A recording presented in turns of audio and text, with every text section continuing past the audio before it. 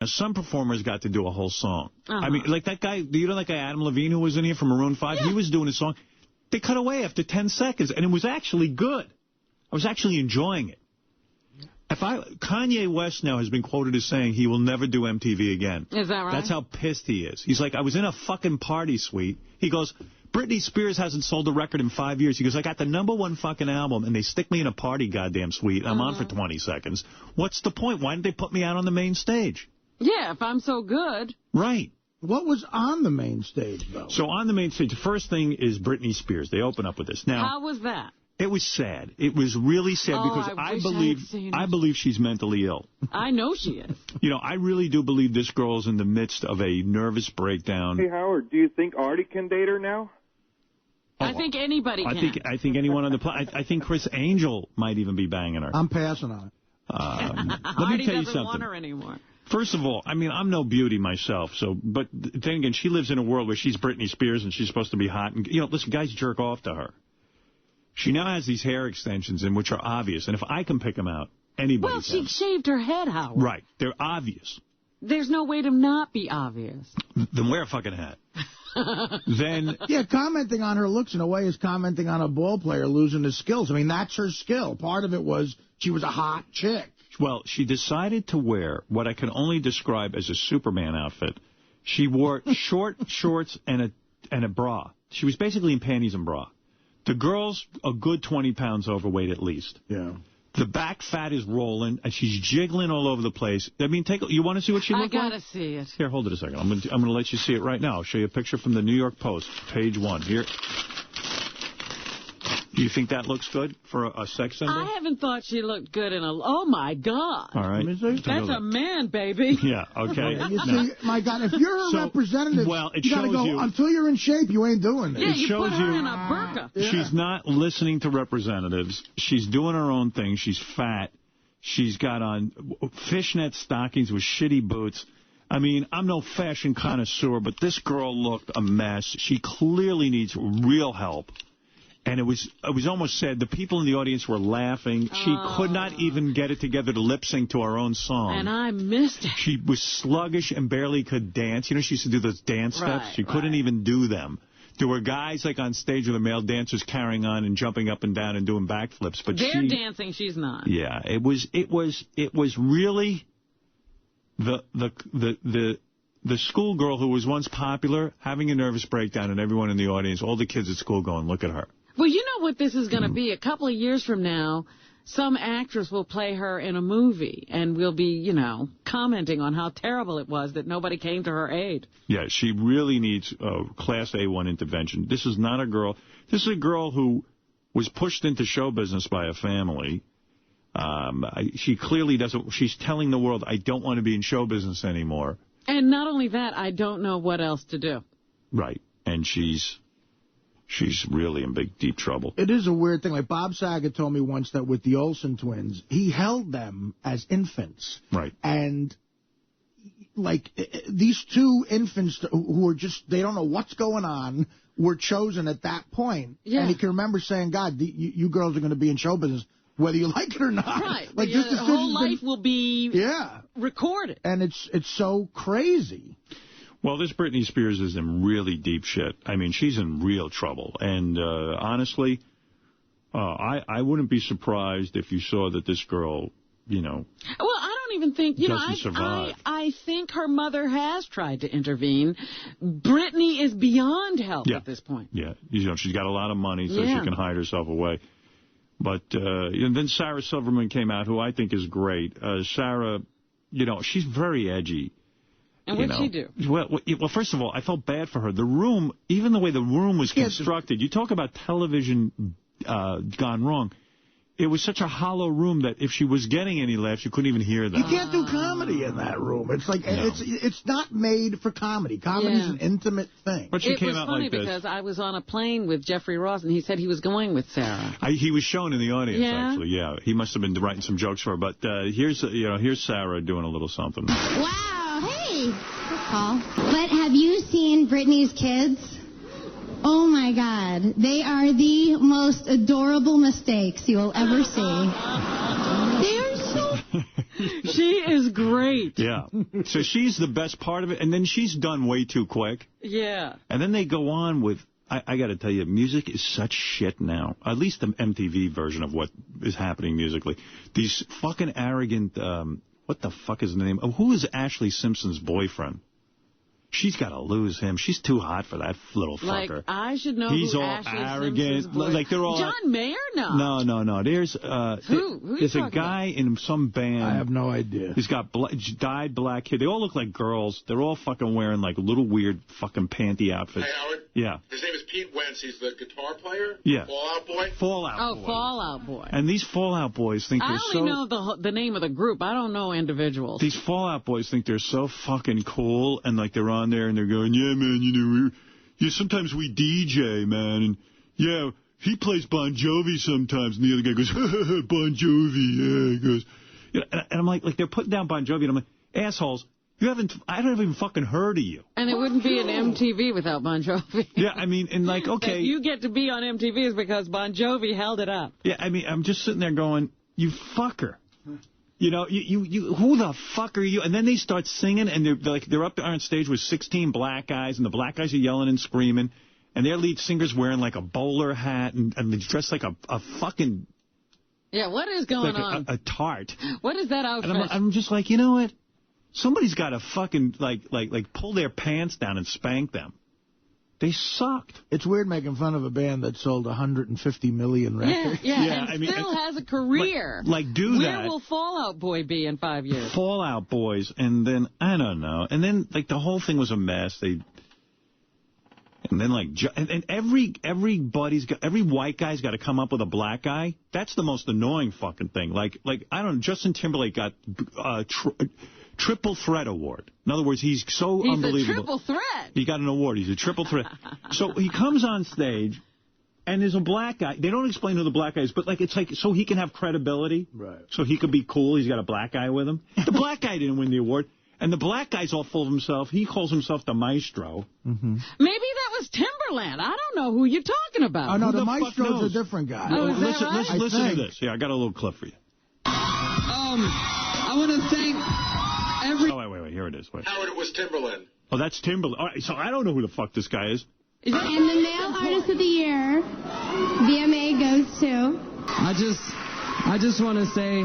Nobody likes to be reminded that they're getting older. And whatever Chris Brown just did reminded me how much I'm getting older. Because damn. He's trying to act like a black guy. Oh, it's sickening. It's just fucking, it's retarded. The whole thing's retarded. Let black people have their own thing. This is music? No, let black people give it up. Let white people take it. It's not working for us. Yeah, it's worked so well for black people, now white people want it. You can have it. Yeah. Right. That's a better take on it, quite frankly. Fucking ridiculous. Then maybe this guy, black people will see how ridiculous it is. And you know, again, maybe it's me just showing my age and shit, and fine. I'll embrace my age. I'll be happy to be a child of the 60s and 70s music. But and I embrace the 80s and 90s, but it's fucking... And this guy, Shia LaBeouf, gets up there. Shia? Oh, no, you're talking about Shia LaBeouf. Evidently, he's in the new Steven Spielberg movie, the new Indiana Jones movie. Yeah. He's a hot new Andre. This fucker does a piece of...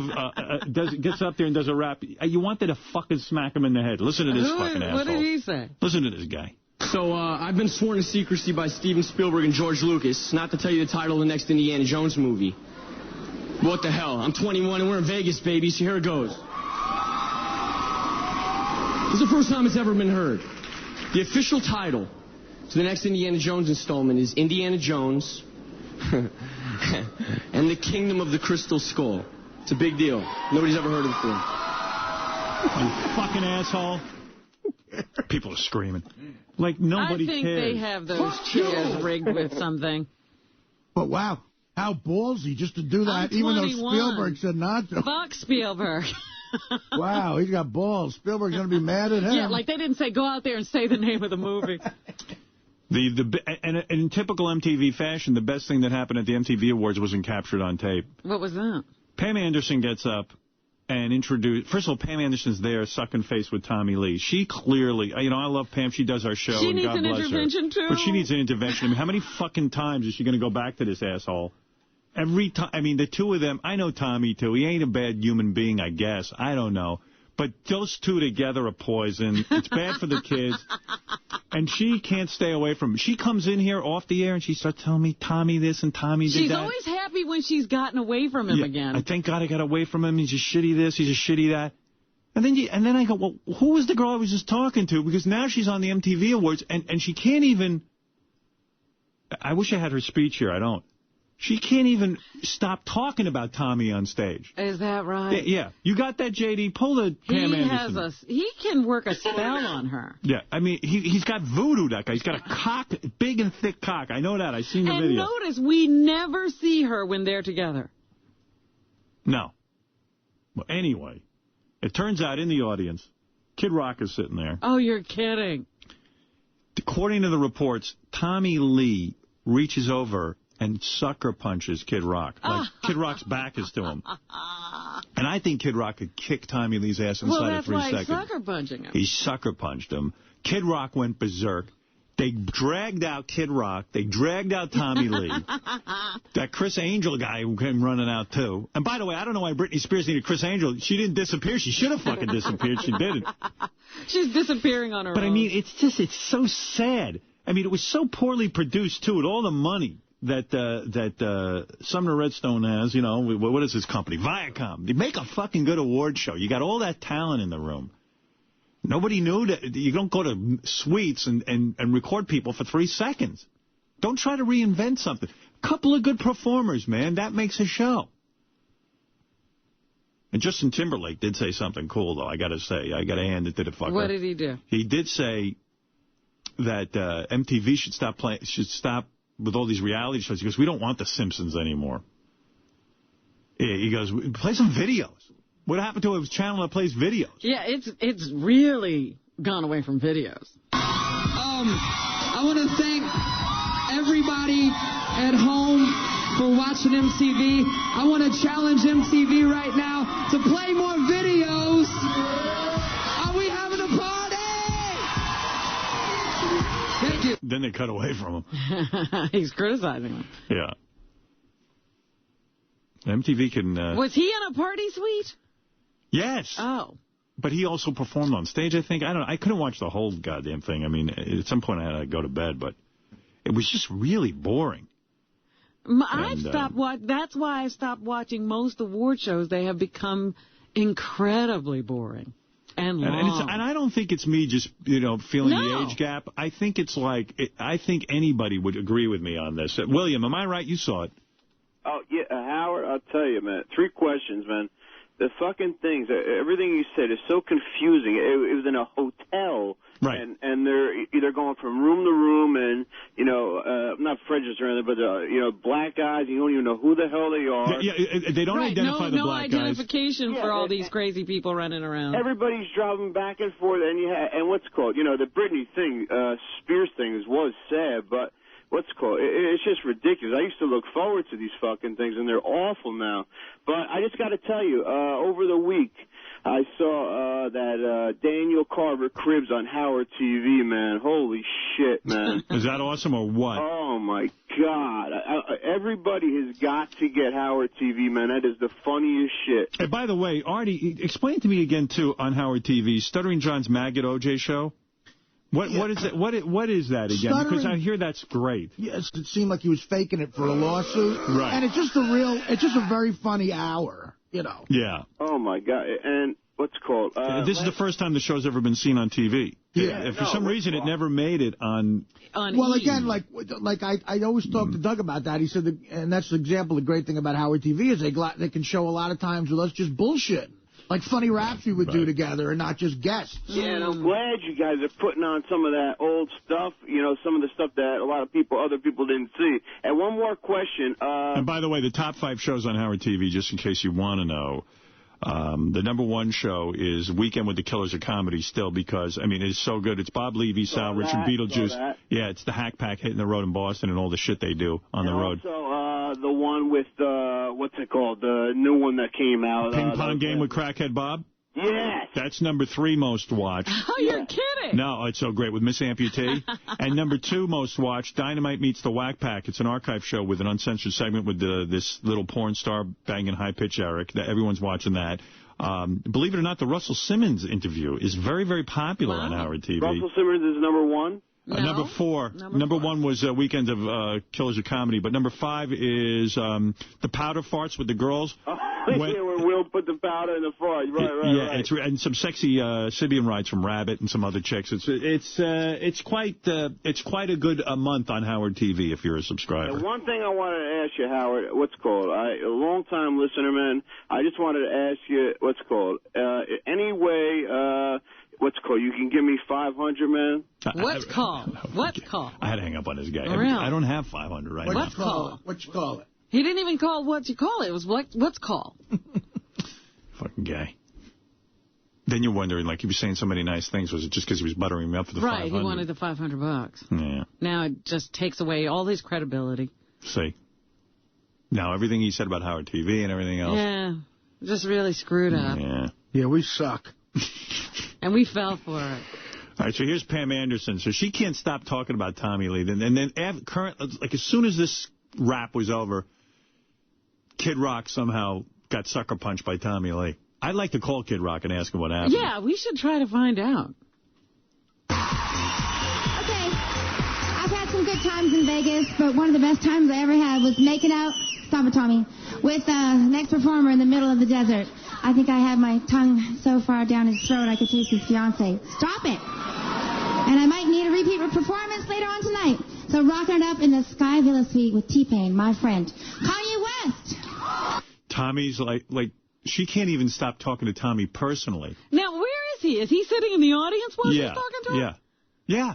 He's not there with her, like on stage. Stop it, Tommy. Because, Tommy can't believe he's not on MTV. Right. So she gets on, she has to mention him. It's probably near impossible for him to be sitting there going, shit, I used to be in a band that was on MTV. This broad's just got big titties. And she's still on MTV. She was on then and she's still on. Yeah, and I'm not. So he's sitting there whistling and making an asshole out of himself, so she'll talk to him. Right. Stop it, Tommy. Stop it.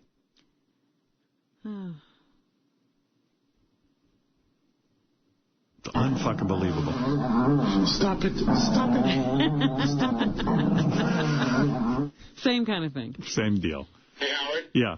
JD was just telling me TMZ is reporting that it was Kid Rock who hit Tommy Lee. Oh, really? And he's being cited for battery. Oh. Well, maybe we ought to call Tommy and get the story. Maybe Tommy. Hey, if Kid Rock sucker punched him, that's not cool. Here's the best part. I mean, if a guy wants to fight, just say, hey, let's fight now. Let's throw it down. Yeah, that makes more sense because wasn't it that... I got sucker punched once in high school. Who first at the other one? What? I don't know that.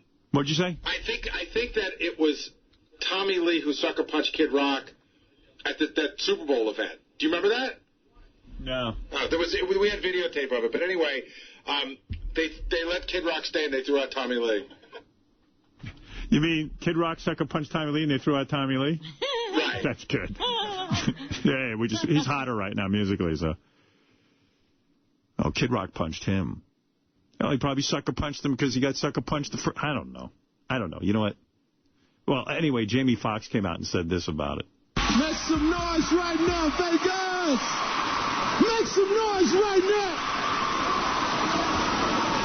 And stop all of this white-on-white crime right now. It's Tommy Lee and Kid Rock fighting like black folks. It's hilarious. Who won? I was in the bathroom. Who won the fight? Then Tommy Lee slapped the shit up. Who won? We're going to find out. Pamela Anderson has got a hard choice to make. When you catch your ass, I'm sleeping with you tonight. Anyway, you having a good time? Make some noise. He's funny. Jamie Foxx says, that's funny. That is funny. She got a tough choice to make. That's white-on-white crime. Yeah. But no one, of course, knew what he was talking about because MTV... It wasn't shown. They missed the best part. I don't know. Who's this? Somebody making fun of themselves. Oh, Miss South Carolina. Oh, yeah, they brought her out. That chick who fucked up. The one who messed up with the question? Yeah. See, now she's famous for being stupid. Yeah. It's the only country in the world where you're famous for being an idiot. This is why I say we're a country in decline. Yeah. That's a great clip. Where is that Miss Teen USA clip from the actual Miss Teen USA contest? I want to hear that one last time, because I could hear that 100 times. Hold on, JD's putting it right back up. Hold on. All right. We celebrate our stupidity. We emulate the worst in our society. We begin with South Carolina. Hello, South Carolina. Please pick out the name of a judge. Thank you. Judge number 5, Amy Teagarden. Recent polls have shown a fifth of Americans can't locate the U.S. on a world map. Why do you think this is? I personally believe that U.S. Americans are unable to do so because some people out there in our nation don't have maps, and I believe that our education, like such as in South Africa and the Iraq, everywhere like such as, and I believe that they should, our education over here in the U.S. should help the U.S. or should help South Africa and should help the Iraq and the Asian countries, so we will be able to build up our future for our children. Thank you very much, South Carolina.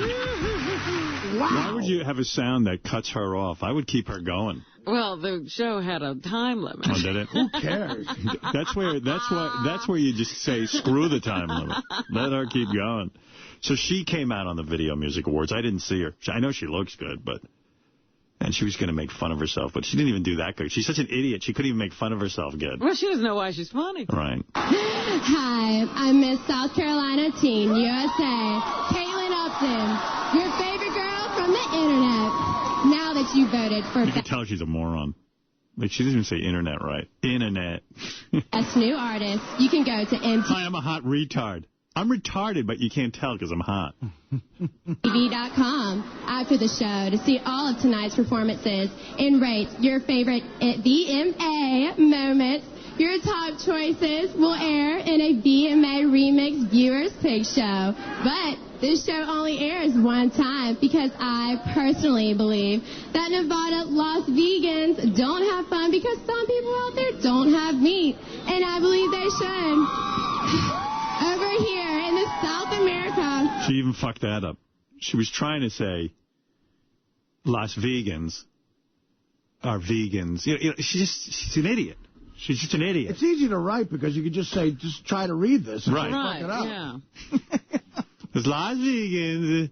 We should help the Iran, the Pakistan, and everywhere like such as the Wu-Tang Clan so we can better our future, such as...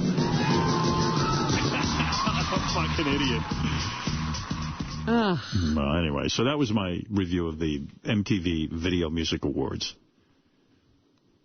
I'm disgusted. You just hope that girl knows how to suck cock, you know? Like that's the one thing. Yeah, she should never open her mouth except to accept. It's got me horny. She reads lines like Evil Dave. And the number one song of, what is it? Yeah, all right. The song of the music of Howard Stern. And the number one song, music for Howard Stern. The music of Howard Stern. One more time. The music of Howard Stern. And the number one theme music for Howard Stern. The music, T-H-E. Oh, T music? No, the. Oh, the music, okay. And the number one, the music for Howard Stern. And the number one song. And the number one song for Howard Stern. Wait, that got fucked up because of the phone. All right. And the number one song for Howard Stern. No, the music of Howard Stern. And the number one music of Howard Stern. The music of Howard Stern. And the number one, the music of Howard Stern. For the music of Howard Stern. And the number one choice for the music of Howard Stern. There we go. That's good. That's good. Touchdown. That rate, it should be over in about 7 hours. I mean, every time I hear that clip, I get more and more mad at Steve. The music. Hey, music. What is it, Gary? I'm trying to untangle this Tommy Lee Kid Rock thing, but I'm just going to tell you the Associated Press report They have an eyewitness, and he says it seems like Tommy Lee was the instigator, although he didn't throw the punch. It seemed like Tommy was taunting Kid Rock, and it says it looked like Tommy Lee initiated because Kid Rock was ignoring him. And Tommy Lee kind of antagonized him, and then when Tommy Lee stood up, it looked like, hey, what are you going to do? So I guess Kid Rock did something. He punched him. It says when Tommy stands up is when Kid hit him the first time with a backhand. And then Tommy Lee looked like he was trying to get at him aggressively to retaliate, and then Kid Rock hit him again. And then security grabs Tommy Lee in a headlock and pulls him off. And here's a great picture of Tommy Lee being dragged out. Oh, my goodness. He's got that dumb baseball cap, and it looks like Kid Rock knocked it over his eyes, so like you can't even see. And Tommy's all dolled up with all his rings and all his tattoos. Right, his jewelry. And he's got like a big chain hanging off his jeans. He's like a girl. All dressed for a fight. Yeah, he's all dressed for a fight. Look, he's got his big hat, his baseball cap. Oh, yeah, that picture's in the Post, too. That's hilarious.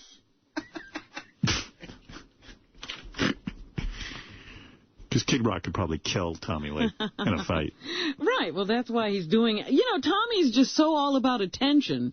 He can't help himself. So, it wasn't all about him. He decided to get some attention by starting a fight in the middle of an auditorium where he knew he couldn't be punched out. The scuffle occurred while Alicia Keys was performing. Yeah, well, I saw that performance. You know what? That made it better? You needed to do something. Alicia Keys not performing well? I mean, could you sing one of her songs? I mean, no. she's, I don't know. I mean, no one can. I can't remember. And she gets up there and she's like, I was sent in by Steve Birch. That's good. That's a good one. Fred, you need that one in your arsenal. Absolutely. Yeah, you got to put that in there. We played it a few times this morning. Yes. Bruce, what is it, please? You're on the air in Palmdale, California. Oh, how's it going, Howard? I was just wondering, did you happen to catch Masterpiece Theater, the last one? I think so. Which one? It was from August of 2001, the one that ran on last Friday. I don't think I did. What happened on the show? Yeah, I don't know if I did. We don't know it by date. Oh, okay. Well, yeah, it was funny because you had an anti-marriage rant that was pretty funny. Oh, we should pull those. I'm still down on marriage. We should really review. We should revisit here on the show. And Robin's boyfriend was on. Jim Florentine was the guest. Oh, yeah. You know what? As a matter of fact, I did hear that. And Jim was real funny. What the hell did Jim do on the show? It was good. And I remember driving in my car listening to that, and I was thinking, gee, who knew that Jimmy and Robin were going to become a couple? Right, yes. We still don't know that. Well, there's a potential. Oh, we know. Yeah, right. Same way we knew Artie Get Heavy and that stuff. What really freaks me out is listening to Fred's impression of Jim. He does it so well. He does. Thank you very much, Robin. Now spread them legs. He's so bad. Part the beef curtains, okay, hon? Is it hard for you to hear that because you miss Jimmy so much? Oh, right, yeah. That I Does it get you juicy, honey? What are you going to do to Robin on the date? I'm telling you right now, first one I'm going to do, I'm going to play like Matthew Brady. Remember who Matthew Brady was? No. He was the guy who used to take pictures underneath the thing. You put a cover over his head and he'd take a picture with a camera. Yeah. I'm going to stick my head under her skirt at the restaurant. Are you going to do your famous pepper routine? Absolutely. I'm going to put pepper on her labia. I'm going to say, hey, waiter, come on over here, okay? Bring some of that Worcestershire sauce and stuff. Are you going to fart? I might fart, might light it at the table, especially if there's a candle there. So let's review. I'll basically be eating Robin, putting pepper on her labia, and lighting my farts at the table. Sounds like a killer date. And then for dessert, Bob Levy's going to come in, and we're going to skewer her like a rotisserie. You're going to double team her. Absolutely. Right. Spin her around. On a plate. Oh, yeah. Both trains. So you're going to hit that ass? Yeah. Okay. And get the waiter to fuck her in the armpit. A threesome. Absolutely. Unless the maitre d' wants to take over, and that's another story. Yeah, sounds like a fun night. Because you're wild, man. Oh, crazy. Yeah. Crazy. I'm crazy. I'm crazy. So Robin's in for a good time. I'm crazy. Oh, yeah. You're the opposite of Mr. X. We're going to go down to her beach house. Me, Levy, and maybe the limo driver. We're going to fuck her on the jet ski. Yeah. Right on the sandbar. So you could just fuck her everywhere. Basically, yeah. Sounds like a great day. Oh, yeah. I can't wait. I mean, for Jim. She didn't lose that weight for nothing, boy. Sounds like a great date for Levy. Maybe you'll knock her out unconscious first. So I'm going to knock her silly. She won't know what hit her.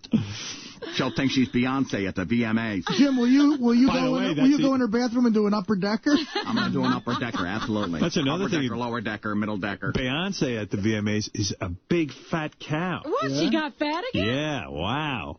Big sloppy titties, Get outta big here. hips, fat. I bet that's how Jay-Z likes it. That's my artist. He likes it sloppy? Ghetto. He's ghetto, that kid. That's ridiculous because she looked so good a few months ago. No. Oh, Howard. Yeah. Just a couple more points real quick. Sure. You know TJ Levinsky, who does that doo-wop show? All right, I got to move on. All right, let's go. Lisa G is here from Howard 100 News. Lisa, what do you have for us? That guy was running on fumes. I covered the red carpet at Fashion Rocks at Radio City Music Hall. Cuba Gooding Jr. talked to us. Also Joe Perry of Aerosmith. Suzanne Vega was there. She loves you. Yeah. And Carmen Electra. How's she? She always looks great. And where is she? Why is she not doing the show? What's her She fucking said problem? she'd love to visit the Stern Show again when she has something to promote, but she might not want to hop back on the Sybian. But she did have fun. She did. Sitting on the Sybian. Yeah, I miss her. Yeah, she hasn't been here since that Sybian ride, has she? Artists aren't stopping to talk. No. Gotta scream your name. To get them to stop. Yes, what's that all about? Carmen Electra's an artist, you think? Of beauty? Yeah. Just famous people. We artists. She did have an album. Yeah. Or a single or something. Anything else, Lisa? Yes, it's hard to keep some things private when you work at the Howard Stern Show, but executive producer Gary Dell'Abate sure is trying.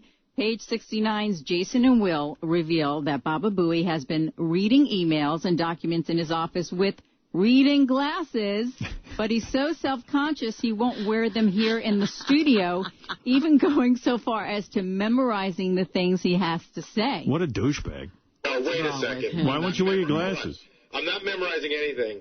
And, you know, the joke around here is, like the younger guys, Jason was telling me that Robin and Fred both have similar reading glasses, just reading glasses, and that the second they put them on, they look a lot older. I was looking at myself the other day, and I had them on because I couldn't read. I can't read the fucking printouts anymore. And I'm going to put them on. Wait till you see how old I look. Yeah, let's see. He's looking so young now.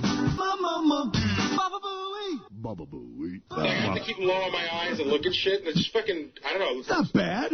Nah, you look all right. You look the same. Yeah. Still got those big lips and teeth. I'm ugly with glasses now? I see Fred with them sometimes, and to me it's more startling with Fred because I always think of him as like, long-haired guy in a band, and to see him as like... You need the fucking glasses. See now. Grandpappy Norris. It sucks. Sometimes it takes me by surprise, too. Me, too. You kidding? No. I've been lucky. I've never needed glasses. Wait, it's happened. It's going to come. You know what? Actually, it's getting harder and harder to read shit on the paper.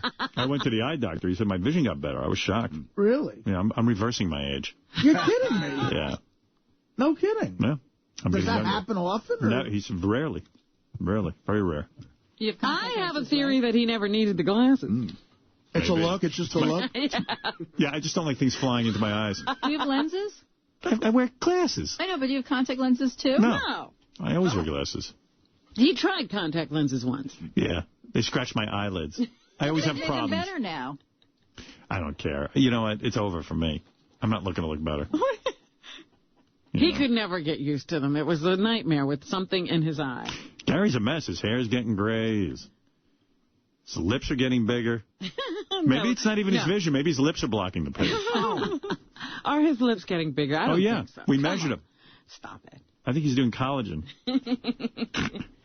I'm telling you, I watched that Howard TV thing from 2003. The amount of aging I've done in 4 years. It's depressing. This is like the presidency for you. It's really, it's really depressing. Taxing you. Yes. Lisa, anything else in the news? Yes, big news for fans of redheaded rock star and drummer Richard Christy. The crazy Kansas native has new material just released with his band Burning Inside.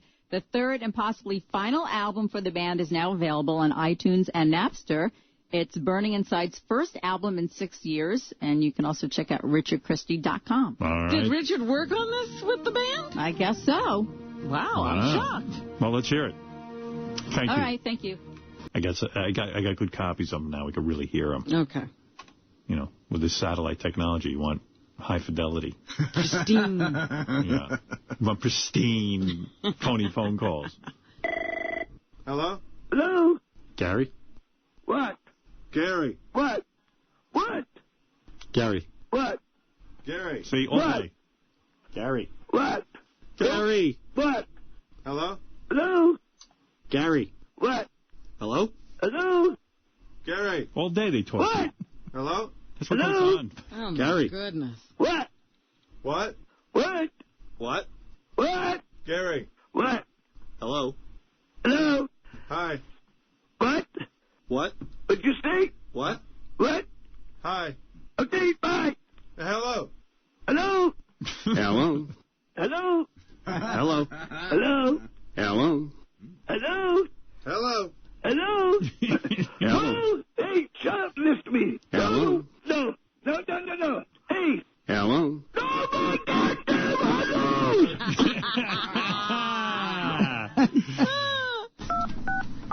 Who's this? Gary the retard. Who? Gary the retard from the Howard Stern. What's your name? Gary? Your name one more time? Gary?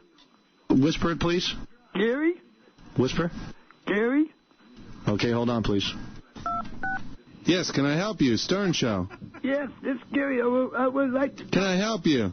Yes, Gary the retard. Yeah, can I help you, sir? It's Gary the retard. How can I help you? I want to talk to Howard. Who is this? Gary the retard. Can I help you? Howard? Hello? Howard. Hello? Hello? Hello? Hello? Hello? It's Gary the retard. It comes on the Howard Stern. The retard? Yes. Oh, Wendy. No, Gary. Wendy who? Not Mindy. All fucking day. All day they fuck with him. Hello?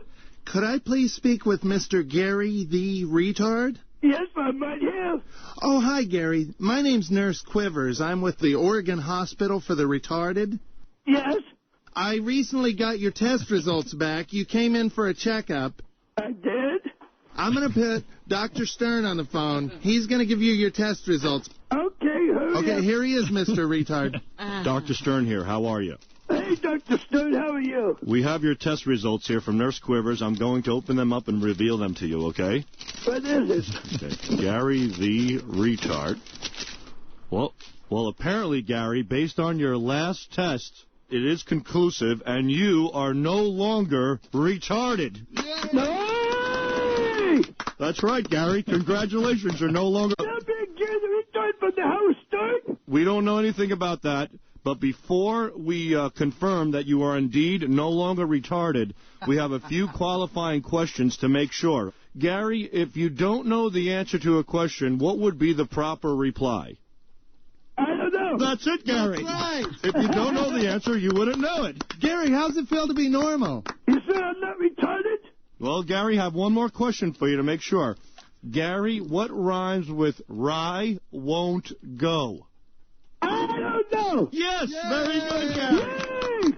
Yay! Thank you, Dr. Nurse. Nurse, is there one more question? Gary?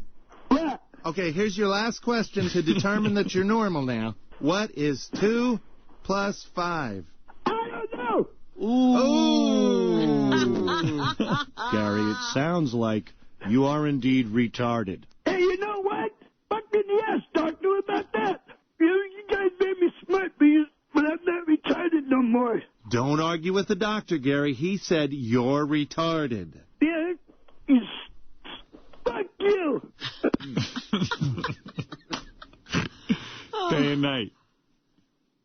That's sad. Day and night. All right, we're going to take a break, and we'll be back right after these words.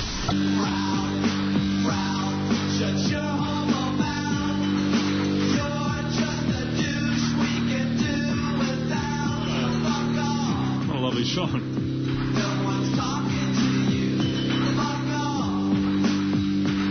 I'm looking at Scott, the engineer, doing his job. What are you doing over there, man? You're like involved. It's busy. We're hooking up the meter for the queefing contest. I'm hooking up the meter for the queefing contest. The level meter. The peak meter. The peak meter. So someone told me you're going to be out next week? Gary told me? Not next week, 2 weeks. Will you get an operation? Yeah. Is that hernia thing? The hernia. I'm getting hernia surgery. I've had it for a while, so I got to take care of it. Why wouldn't you I love this job. I tried. You didn't hear what I have to say. I'm sure I know what you have to say. We take off 10 weeks a year. I know. Why would you schedule your operation? You mean to tell me, in any of those 10 weeks? The next time we had off 2 weeks during the summer, and then a week and a week. I've been trying since July to get coordinated with a doctor and everything, and then my wife got sick, so I was unable to do it then. But isn't this an operation, you don't need it right away, you put it off for 2 years? I've been putting it off for a while, yeah. So why wouldn't you put it off till our next vacation? Which isn't until, Christmas time. Okay. But you just Thanksgiving. You have Thanksgiving. You have October. You had July. There was a 2-week break. Right, and that's why August. You had a week at the beginning and a week at the end. I was aiming for the last week of August, but it didn't work out. So then why don't you get it done in December? If you'd like me to do that, I can. I mean, but why wouldn't you? I don't want to be responsible for your fucking health issues. I just figured, it's just like if it's an operation. Because I went for a physical, and the doctor said you can't put it off anymore. You got to get it done. Why would you do it? Like every one of us would go, okay, when do we have a week off? I was trying to get that done. I was trying to work that out, but it didn't work out. So why wouldn't you say to him, I have a week off in December, or 2 weeks off in December, I'll do it then? I could do that, but the doctor said you should do this as soon as possible. Oh, he did? Yeah. You were putting it off for a couple of years, right? I've been putting it off, and it got to a point where the doctor said, finally, you should not wait any longer. The doctor... Just go do it. I mean, you're not even that... we don't care, but it's just like if you had an operation coming up... I'll cancel. You know what I mean? I would do it when we were gone. I would. Unless it was an operation that was, life-threatening. Right, if you had a brain tumor, and they said, if you don't get this out in a week, you're going to be dead, I understand why you'd rush to get it done. What is a hernia anyway? I don't know, from lifting something. It's when you have a tear in your abdomen, and I guess your bowels drop out into your pelvic. Go get it fixed. I don't want to hear about it. Robin should know what a hernia is. Are you in pain to where it's affecting your life? Is it that discomfort? There's a lot of discomfort. It's not pain, really. But he waited for 2 fucking years. But it got worse. It's not that I waited. It kept getting worse and worse. So, I know. There's no excuse. I'll cancel it. No, because you know what, man? Then I don't want to hear for a month you walking around here going, oh, I'm in so much pain. I'm not in pain. I'm so uncomfortable. It's discomfort. I mean, and Howard made me wait. I don't want that on my head. Just go do it. Who cares? It's just like, I know. I was trying to just kooky behavior. Get it done. I was trying to get it done in August, and for one reason or another. Well, I mean, you've had 2 years of Augusts. You know what I mean? I know. All of a sudden. He goes, I've been trying to get it done in August. Yeah, he waited until now. It has to be done right away. Then he's walking around here the other day, and everyone here swore he had a boner, but then he was claiming it was his hernia. Well, it is. There's a big bump right here. Where? Oh, I see it. Oh, yeah. Yeah, so that's not a boner. Oh, is that your dick? No, that's not my dick. That's your hernia? That's my hernia. You rub it like you love it. What do you mean there's discomfort? Like, what kind of discomfort? Well, it's into the nutsack.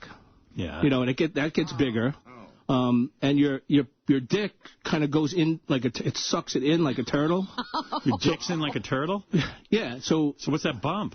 Just your balls? No, that's not my ball. The bump is actually the hernia. But where's your dick going? It kind of sucks it inside itself. When you go in cold water. Turtle? Yeah, like turtle. So you have no dick? No, it's very uncomfortable, and that is always adjusting myself to make it pop back out. Pop out.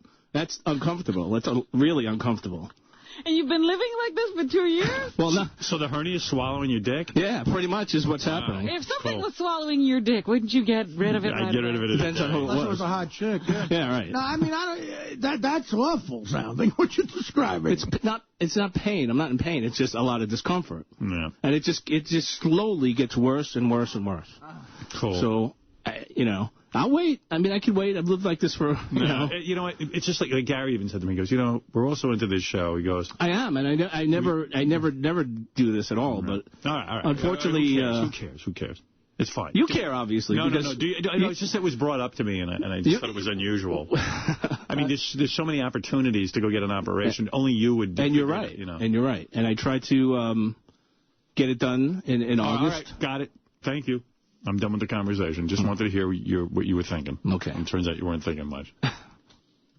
I want to see that hernia, though. You got to get in a bikini so I can see it. No, that's not going to happen. Show us. Show us that hernia. No. Why? Well, no. all right, fine. No, that's not going to happen. When it gets big, it'll get a little bigger. Sometimes, and you actually could feel, like when you take a crap, when you take a dump. What do you feel? You could actually feel it enlarges. The bump enlarges. Oh. And you could feel like air going through. Jeez. Yuck. Yeah, all right. Can we get it fixed? Isn't that fun? Yeah. All right, thanks, Scott. All right. Scott, the engineer, everybody. His medical update. Yes, Irish John. Hey, good morning, Howard. Hey, Fred, me, Eddie the Produce Guy, and a bunch of us were headed to your gig Saturday night in Eastchester, and when we called ahead to see what time you were going on, they said you had a family emergency. We just wanted to make sure everything was okay. Well, it sounds like it's time for Fred's segment, then. Here we go. Fred, what happened? All the guys went down to see your gig. Sorry about that. My daughter had an accident. We had to take her to the hospital. Oh, dear. What was wrong with her? She fell. She was unconscious for 30 God. seconds. Are you serious? Fell where? You know what? It was one of those weird, clumsy kind of accidents. We were out east, and she was coming out onto the patio, and she opened the door, and she fell. And at first I thought it was just like a typical little kid fall. Right. But then when I picked her up, she was not out with cold. you. She was like, her eyes rolled up in the back of her head. They closed. Her legs started shaking. I started freaking out. Yeah, I bet. My wife started freaking out. Of we course. called 911, and we took her to the hospital. And an ambulance came right away? Ambulance came right away. They took her over to Southampton Hospital. And, why? They did a great job. Why didn't you just get her in the car and take her? Like, why'd you wait for that ambulance? Is that smarter to do? You know what? In that traffic, it's the quickest way over right, there. I mean, right. to go, how long under does it normal take? circumstances. I didn't go because my wife got in the ambulance with her. I had to get, like, all the paperwork and shit like that. And then you I followed in the car? Yeah. How long does it take for the ambulance to show up? Maybe 5 minutes, if that. Wow. How's she doing, Fred? She better?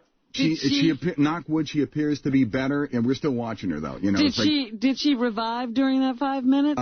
Yeah. Yeah. I mean, I think she may have been out for like about a minute or so. It was just freaky. Do you think she passed out because she had some sort of seizure, or do you think she fell down and got knocked out? I don't know. Did she trip over something? That I don't know. Because, it was one of those weird things. It could have been one of three things. It's like, because it was like a stoop. They had a little bump just before you come out the door. So she could have either tripped on that, or the door was kind of like a light screen door. She could have been bouncing on the door, and the door maybe flew open quicker than she thought. And she might have gone down that way, or she just might have just had a simple fall. Was she able to articulate what happened, or no? She doesn't remember what happened. She doesn't. Did they do a CAT scan or anything? Yes, they did. Make sure everything's okay? They did a CAT scan. The results came back negative. All right, great. Great to hear, Fred. All right. When you reschedule. Thank you, Irish John. All right, Fred, I'm glad things worked out okay. Me too. That's scary. Yeah, that would just a lot suck. of shit goes through your head when that happens, too. Oh, yeah. Not good. No. Well, sorry to hear that, but I'm glad things worked out okay. Yeah. I had no idea. No, not at all. And I never would have known because Fred and I never talk. He wouldn't have told any of us. No. Yeah. He probably would have told some obscure person around here. Well, you know what? As the person I see him sometimes talking to Benji. No, actually, I spoke to John Hine about it this morning. You did? He's a dad, and he knows all about that shit, too. So. I didn't know Fred had a kid. Wait a minute. You only talk to people who may have children? Yes. No, I'm not. You know what it is? Because there are people that don't want to hear about people. It's like you talk to people about kids and stuff like that. They don't even care. Right. It's like they kind of just roll their eyes like you just rolled. No. Fred, I care about you and your child. Oh, I know. But they're just... Yeah, but you don't have a kid, Robin. Right. And I wouldn't know anything. There you go. Right. When did you find out Fred had a kid?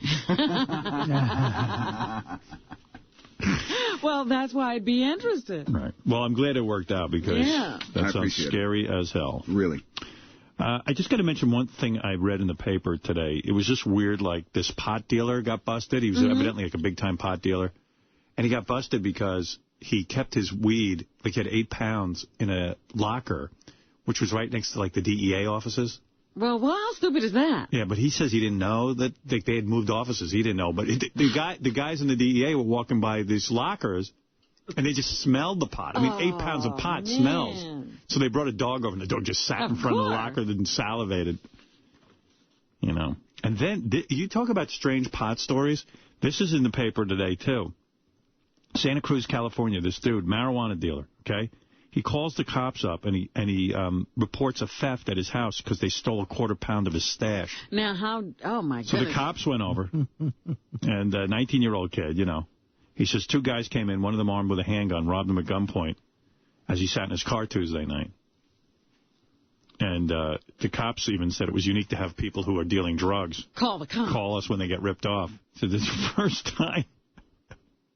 As soon as the thieves made off with his stash, he called the police to tell them his stash had been ripped off. He doesn't realize he's in an illegal business? And then when the cops arrived, the dealer's story got progressively more confused, they said. First, he showed officers a medical marijuana card and told them he bought the pot at a medical marijuana dispensary. Then he said he got the pot from a friend, and then eventually the dealer admitted he had arranged to sell the pot to the 2 dudes. The 2 dudes ripped him off. But they're not going to arrest the guy. They just think he's a moron. You know. They're not arresting him? No, they're actually stressing the fact that there are people out there with weapons willing to commit robberies over pot. They're trying to sort of... I see. Making an example. Yeah. And then this is really weird, and I say this as a public service because I would have no idea of this. Some dude goes to the doctor. He had a serious lung condition. And until now, they found this lung condition only in people who work at popcorn plants. Okay, so this is weird. So it turns out the guy goes to a lung specialist, and he says to him, are you into popcorn at all? And the guy goes, yeah, evidently every day this guy has microwave popcorn. Oh, he microwaves popcorn for himself every day? Yeah, and you know when you open up the popcorn tin? And that whole burst of steam comes, he loves to suck that steam in. Oh.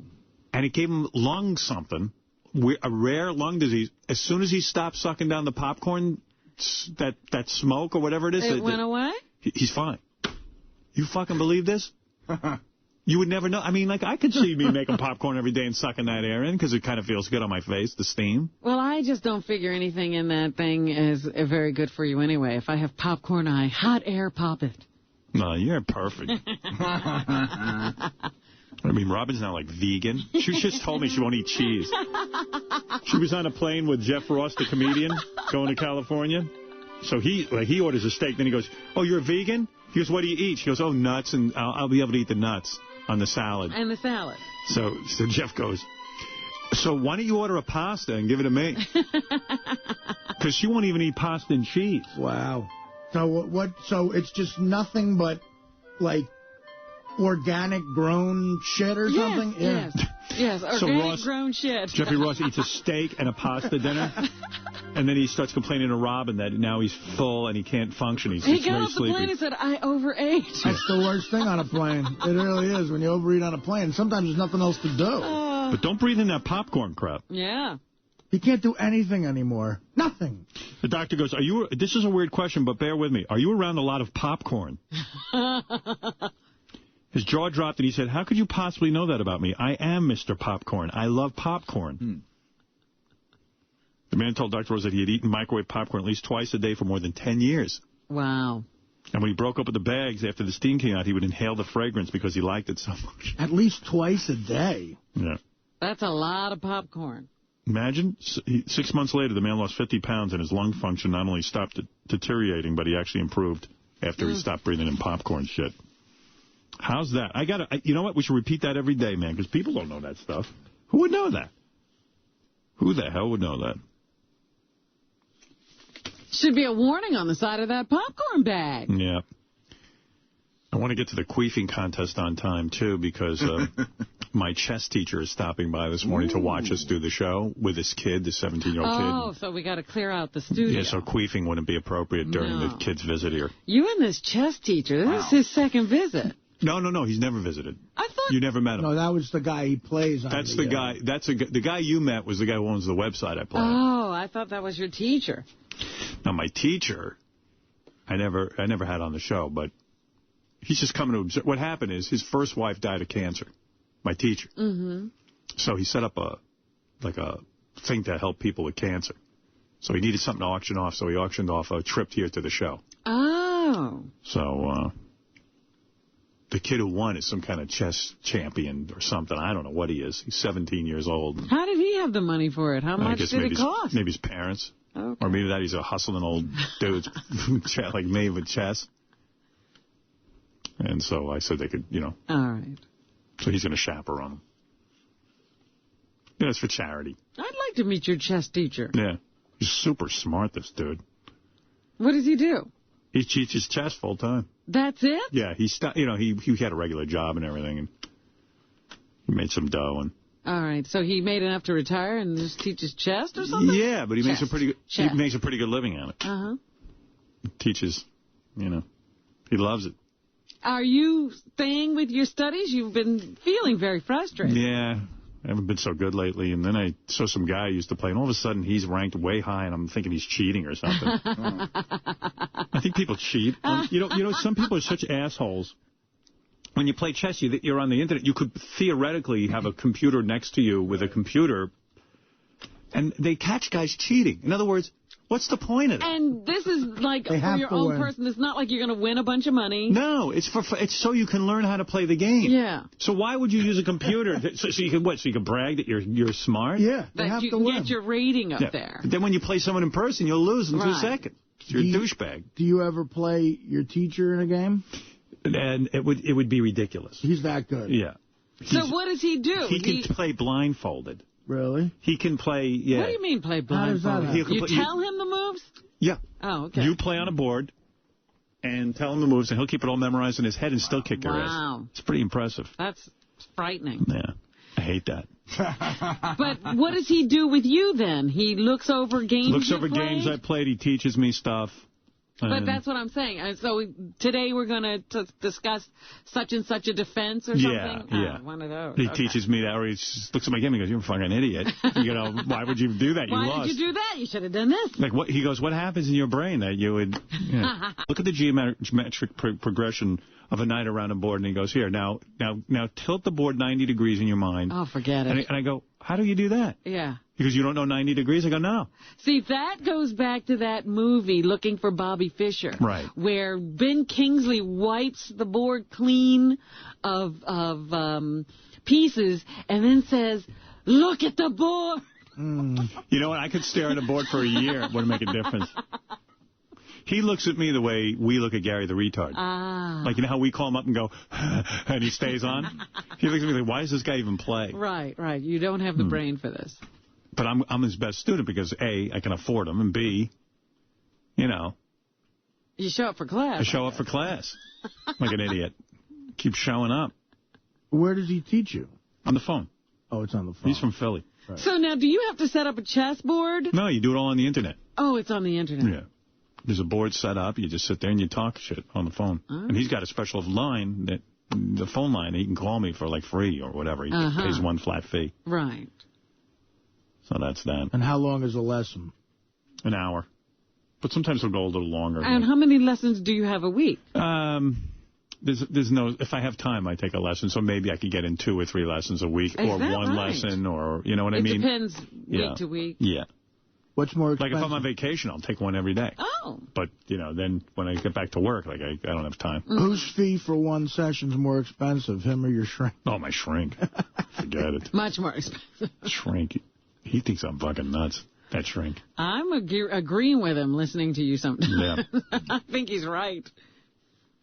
Yeah, the other day I told my shrink, you're a shitty shrink. He goes, why is that? I go, I'm so fucked up. I go, how many years I'm coming to you? 9 years. I go, I'm still fucked up. Is it 9 years? It's got to be at least 9 years. I go, I'm still the same fucking mess. No, you're not nearly as messed up as you were. But you're still messed up. Yeah. And you know what it is? That you are now aware. Yes. Of how messed up you are. That's why it seems worse. I used to think I was so together. Yeah. Now I realize I'm fucked up. Nobody can tell you how fucked up you were. Right. Now all I do is feel bad about myself. I'm really sad. Oh. Like, I'm a mess. There's no bigger mess than me. Well, there are bigger messes, but they're all institutional. Yeah, Britney Spears is a bigger mess than me. I can at least function. Right, and she should be institutional. Yeah. Life is hard to make a living and have a career and somehow, pay attention to the right people, be thoughtful, These should be all normal. be things that come naturally to you, Artie. Yeah, I guess. They shouldn't cause you to have, that much thought going on. Yeah, I need a lot of thought just to be thoughtful. All right, I talked about the MTV Awards. I think I'm going to get to the Queefer Broads. So we can... They seem ready out there. Oh, you saw them? I saw one of our queefers. Let me just see what I got here. Interesting articles on bees dying. I thought I read on the internet they think they know what's causing the bees to die.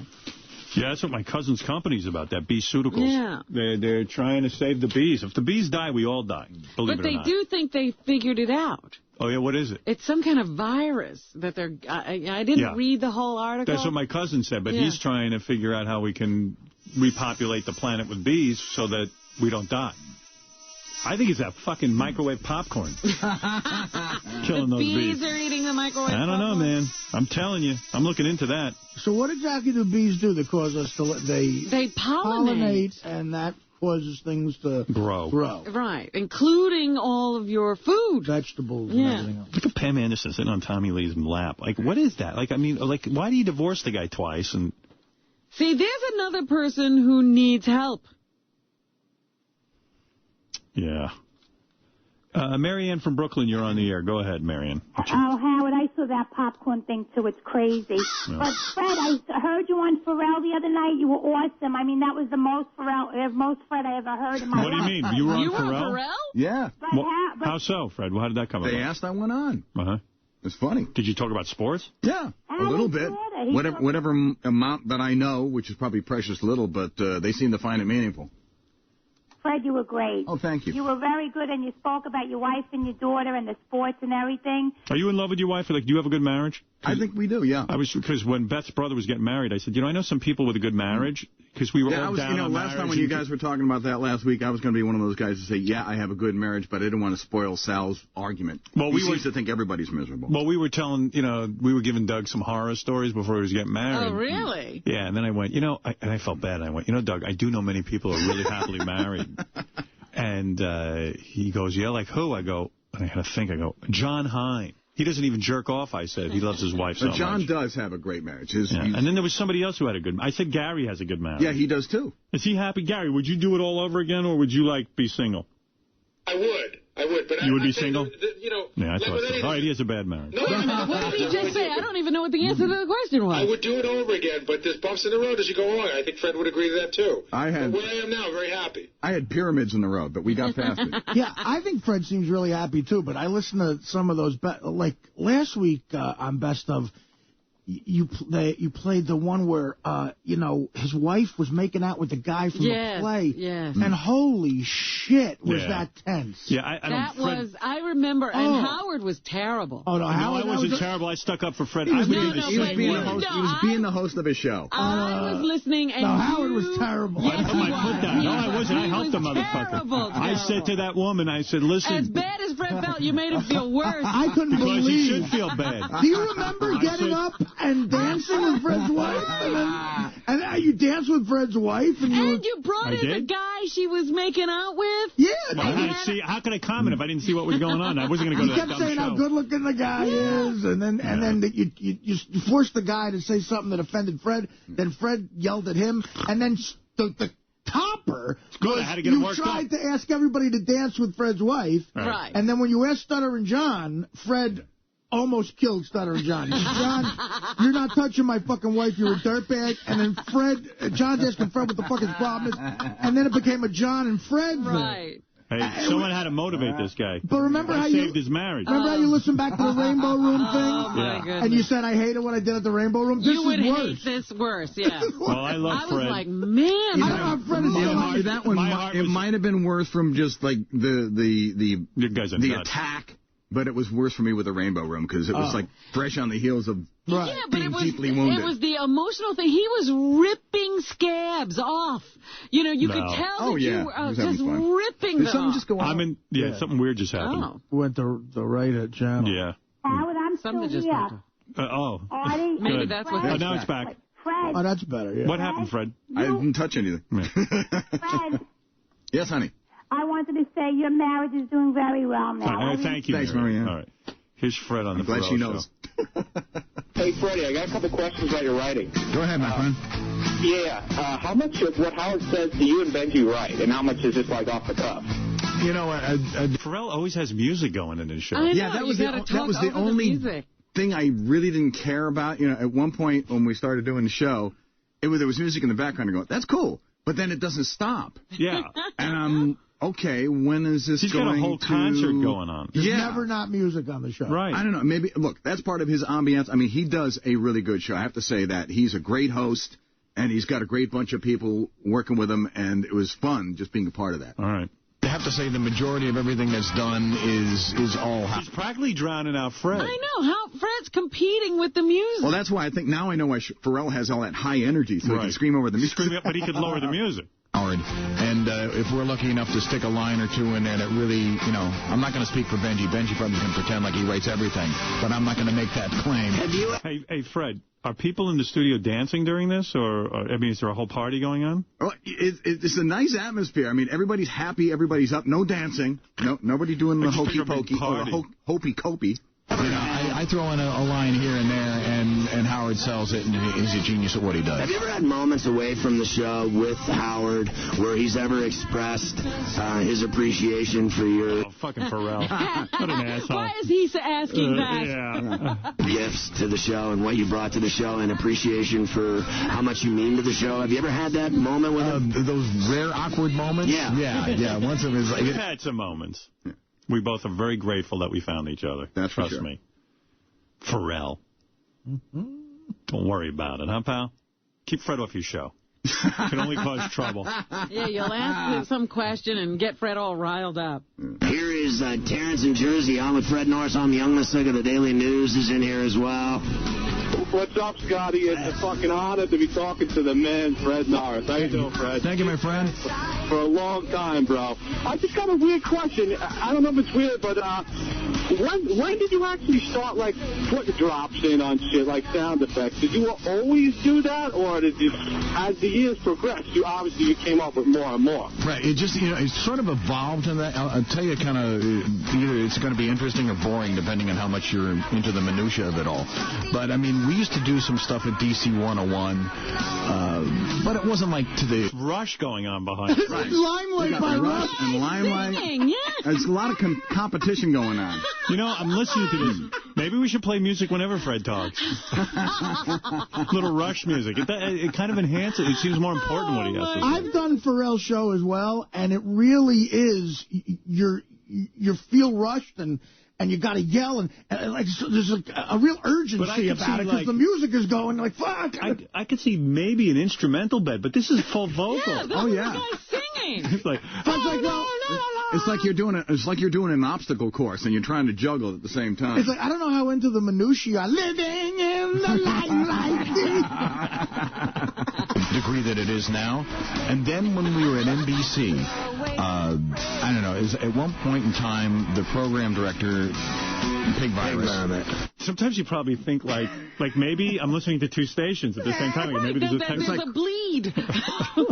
Yeah, they could probably bring it back a half a notch. Well, I'm also thinking, Fred, you better hurry up and finish this before that guy starts singing. I tell you one thing, there were times... Who should you bring back a half notch, you or the music? You know what's interesting? There were times during the evening I was going like, did I answer the question? Because I'd be halfway through something, and then you kind of like catch a piece of music, and you go, I don't know if I finished my thought.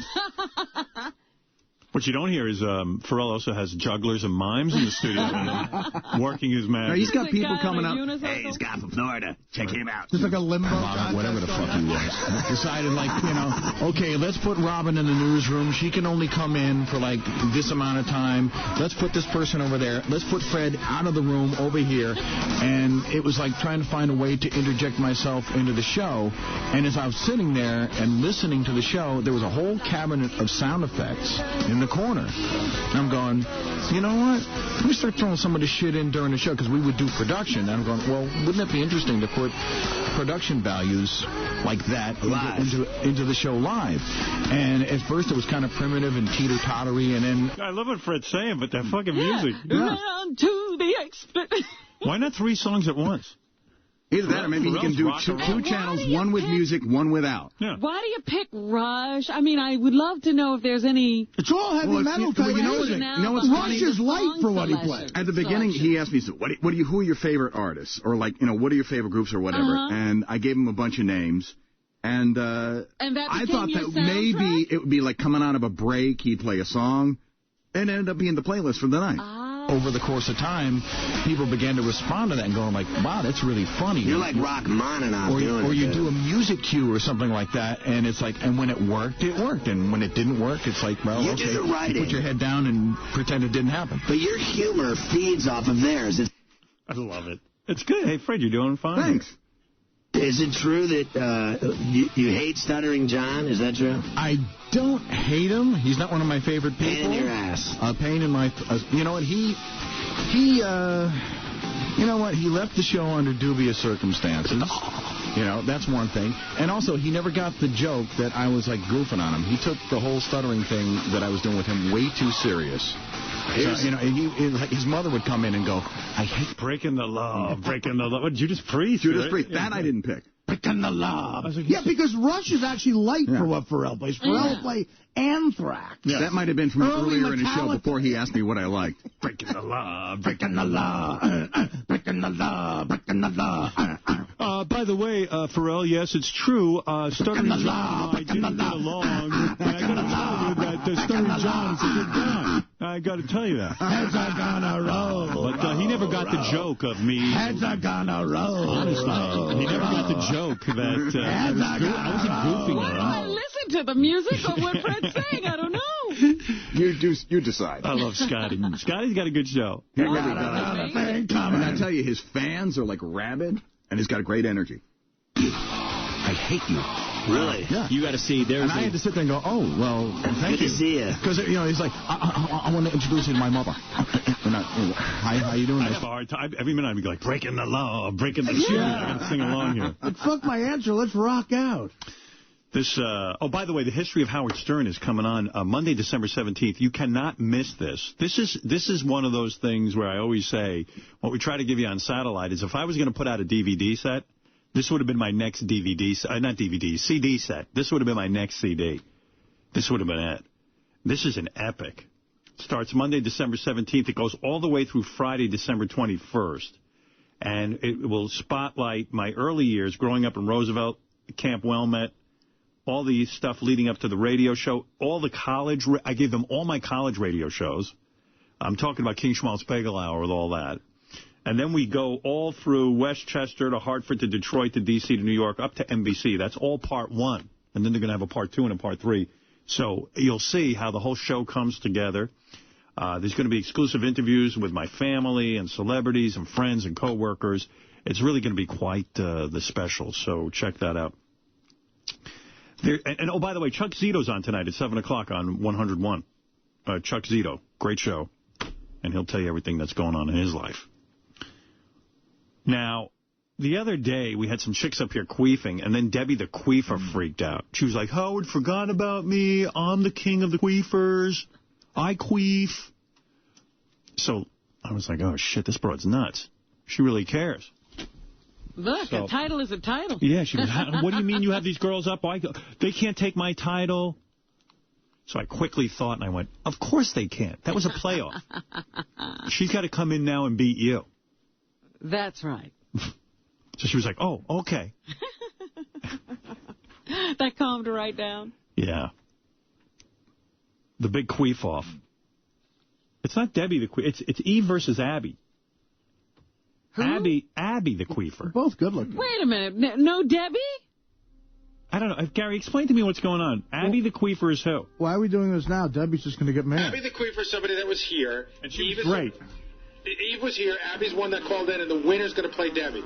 Oh, the winner's going to play Debbie. So these two have to vie to play Debbie. Because Debbie got mad that she got left out, and we said, no, she's the queen queefer. Oh, okay. So I'm not nuts. I thought Debbie was coming in today. All right.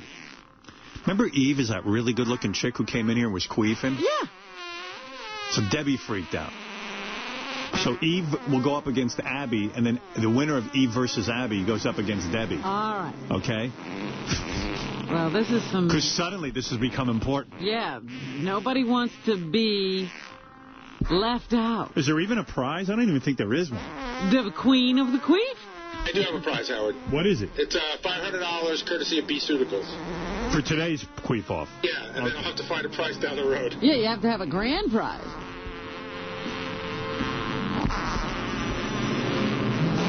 I don't even remember Abby the Queefer. I don't either. Hey, Gary, come in here for this because I forget all the rules even to the queef-off. I'm rusty. Yeah, Will's going to come in. He's got more. He's got the rules. But Abby, we've never met. Eve, we met. She's got a sort of a thick Boston accent. She talks a lot. No, I know Eve. She's a piece of ass. Right. And then Abby called on the phone and did a bunch of them on the phone. He said, get on down here. We'll have a queef-off. I remember now Abby calling on the phone. That's right. Because Debbie's so good. She just needs competition. I wasn't going to get into this, but Debbie freaked out, and I felt bad. Yeah, Eve came in and said she was the world's greatest queefer. Right. And then Abby heard her and said, no, I'm way better than this chick. I want to challenge her to this queef-off. Okay, and then Debbie got insulted. And then Debbie was pissed off we didn't invite her down. And then I said, oh, no, you're in the next time. Yeah, she's the 1 seed. Yeah, you're 1 seed. Yeah. These two are vying to take over. Exactly. All you right, get a bye. So bear with us. I'm doing this bit because I felt bad for Debbie the queefer. Right.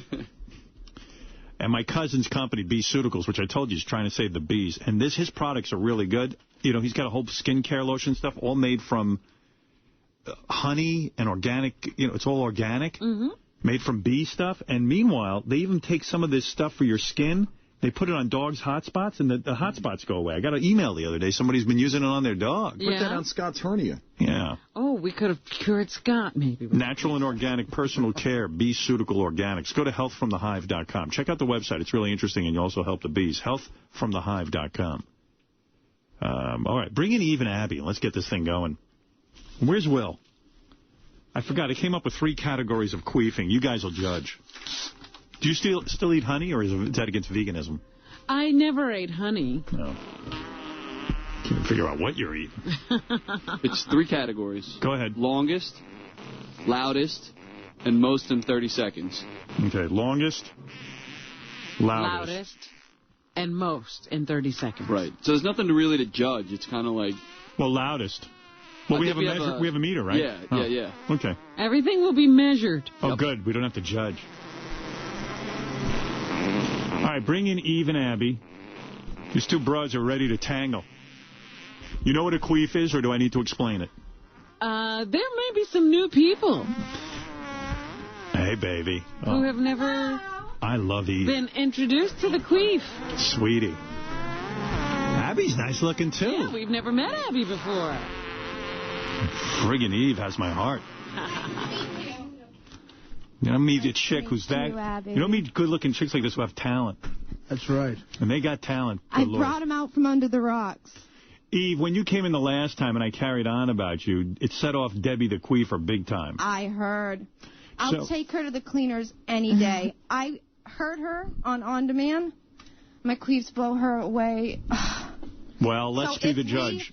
She's a great queefer. She dropped some mean ones on the phone. Hi, Abby. Hi. So you're cute, too. Way cute. You. God, all you girls who queef are cute. Thanks. Whoever wins goes against Debbie, and well, Eve, if I win, I know I'll beat Debbie, and I'll have the title. If You've heard Debbie? You'll beat Debbie. Oh, yeah.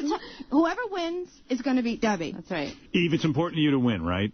Yeah, Abby, I actually need to win. Abby, badly. Abby, it's important to you, too, right? Absolutely. Or Abby, I don't know you that well. When did you start queefing? When did you realize you had talent? I know Eve's story.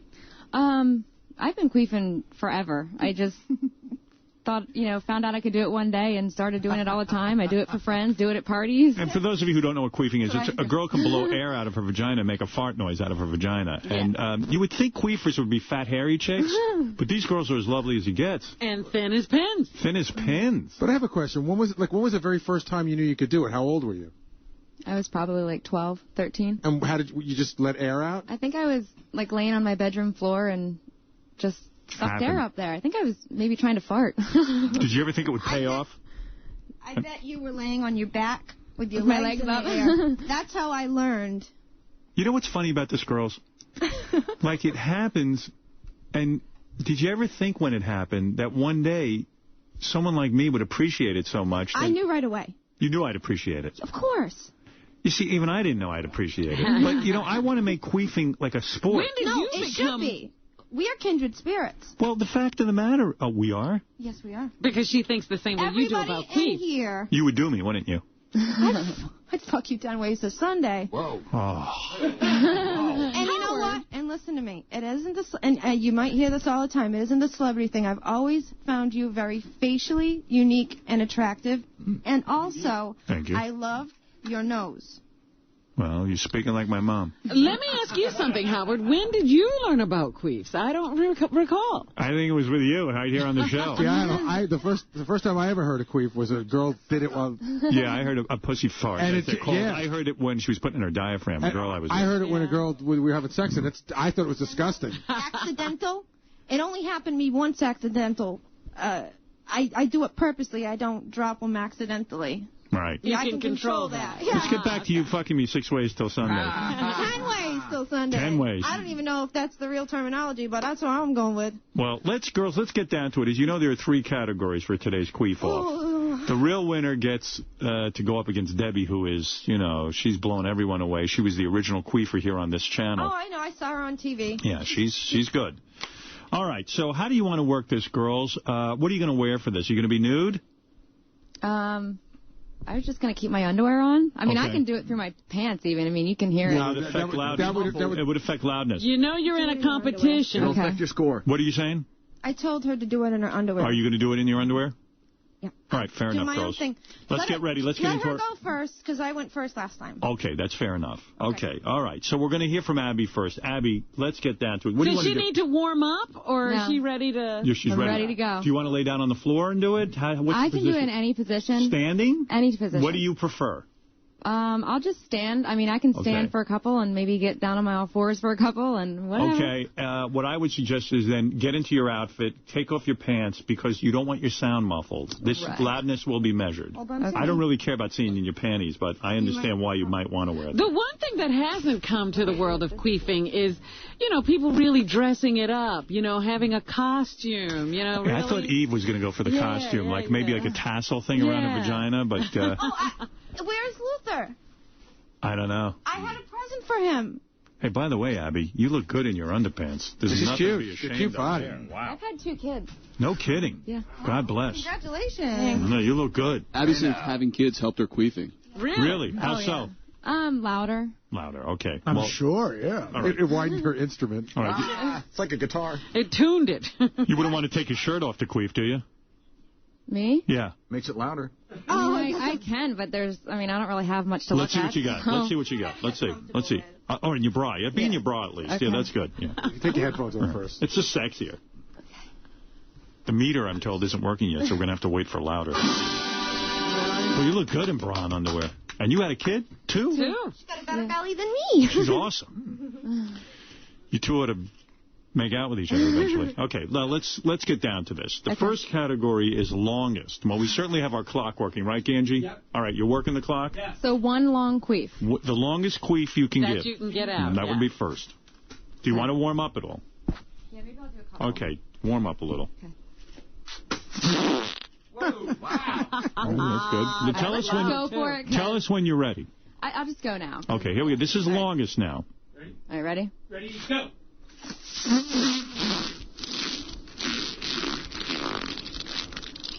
Stop the clock. How long? 6 seconds. 6 seconds. 6 Awesome. seconds. Wow. Well, maybe you ought to go now, Eve. Do you want to go tit for tat? Tit Yeah. for tat? Yeah. Pick up your pants. Let's go. Okay, well. Let's go tit for tat. Just take it all Let's off. see your tits. How about that? Okay, this girl's ready to fight. She's taking off her top. She's taking off her pants. I love this title. Come on, baby. Give us a good show. Let's see your tits there, Boston. I was going to give this baby to Luther. Right. Don't worry about Luther. He's not here. Take your bra off for this. Yeah. You'll be better. I'm telling you. All right, let me fix my mams, okay? Okay. Make sure they're... Get the nips hard. I got it Go. in turkey, you know? All right, go ahead. Go ahead, baby. You look good. You look good. God, you got great boobs. Okay. She does have nice tits. My God. She does. Oh, my gee. All right, baby. It's time for longest. Abby, impressive. Good for 6 you. seconds. Yeah. It's a $500 prize and then the right to go up against Abby. Abby, Now, absolutely impressive. I should tell the audience that Eve is laying on the ground. She's pulling off her panties. Really? Eve, do you want to warm up, or do you want to just go? I want to warm up. All right. Well, I don't know. All right. Eve taking off her panties. I respect that. She doesn't want anything to impede the blast. Okay. Tell us when you're ready. Okay, you guys are getting in my face too much. All right, back off, Baba Booey. Yeah, you're making my work pussy to nervous. do. See my legs? All right, relax. Are we ready? No, she's doing a warm-up. That was a warm-up. Warm it up. Go ahead. The baby's head is coming. All right, that's all. Don't give it all. Don't give it all. All right, tell us when you're ready. You ready? That was my real That one. was it? Oh, no, we didn't time it. You told me you were doing a warm-up. The warm-up was the one before. God damn it. Did you time it? No.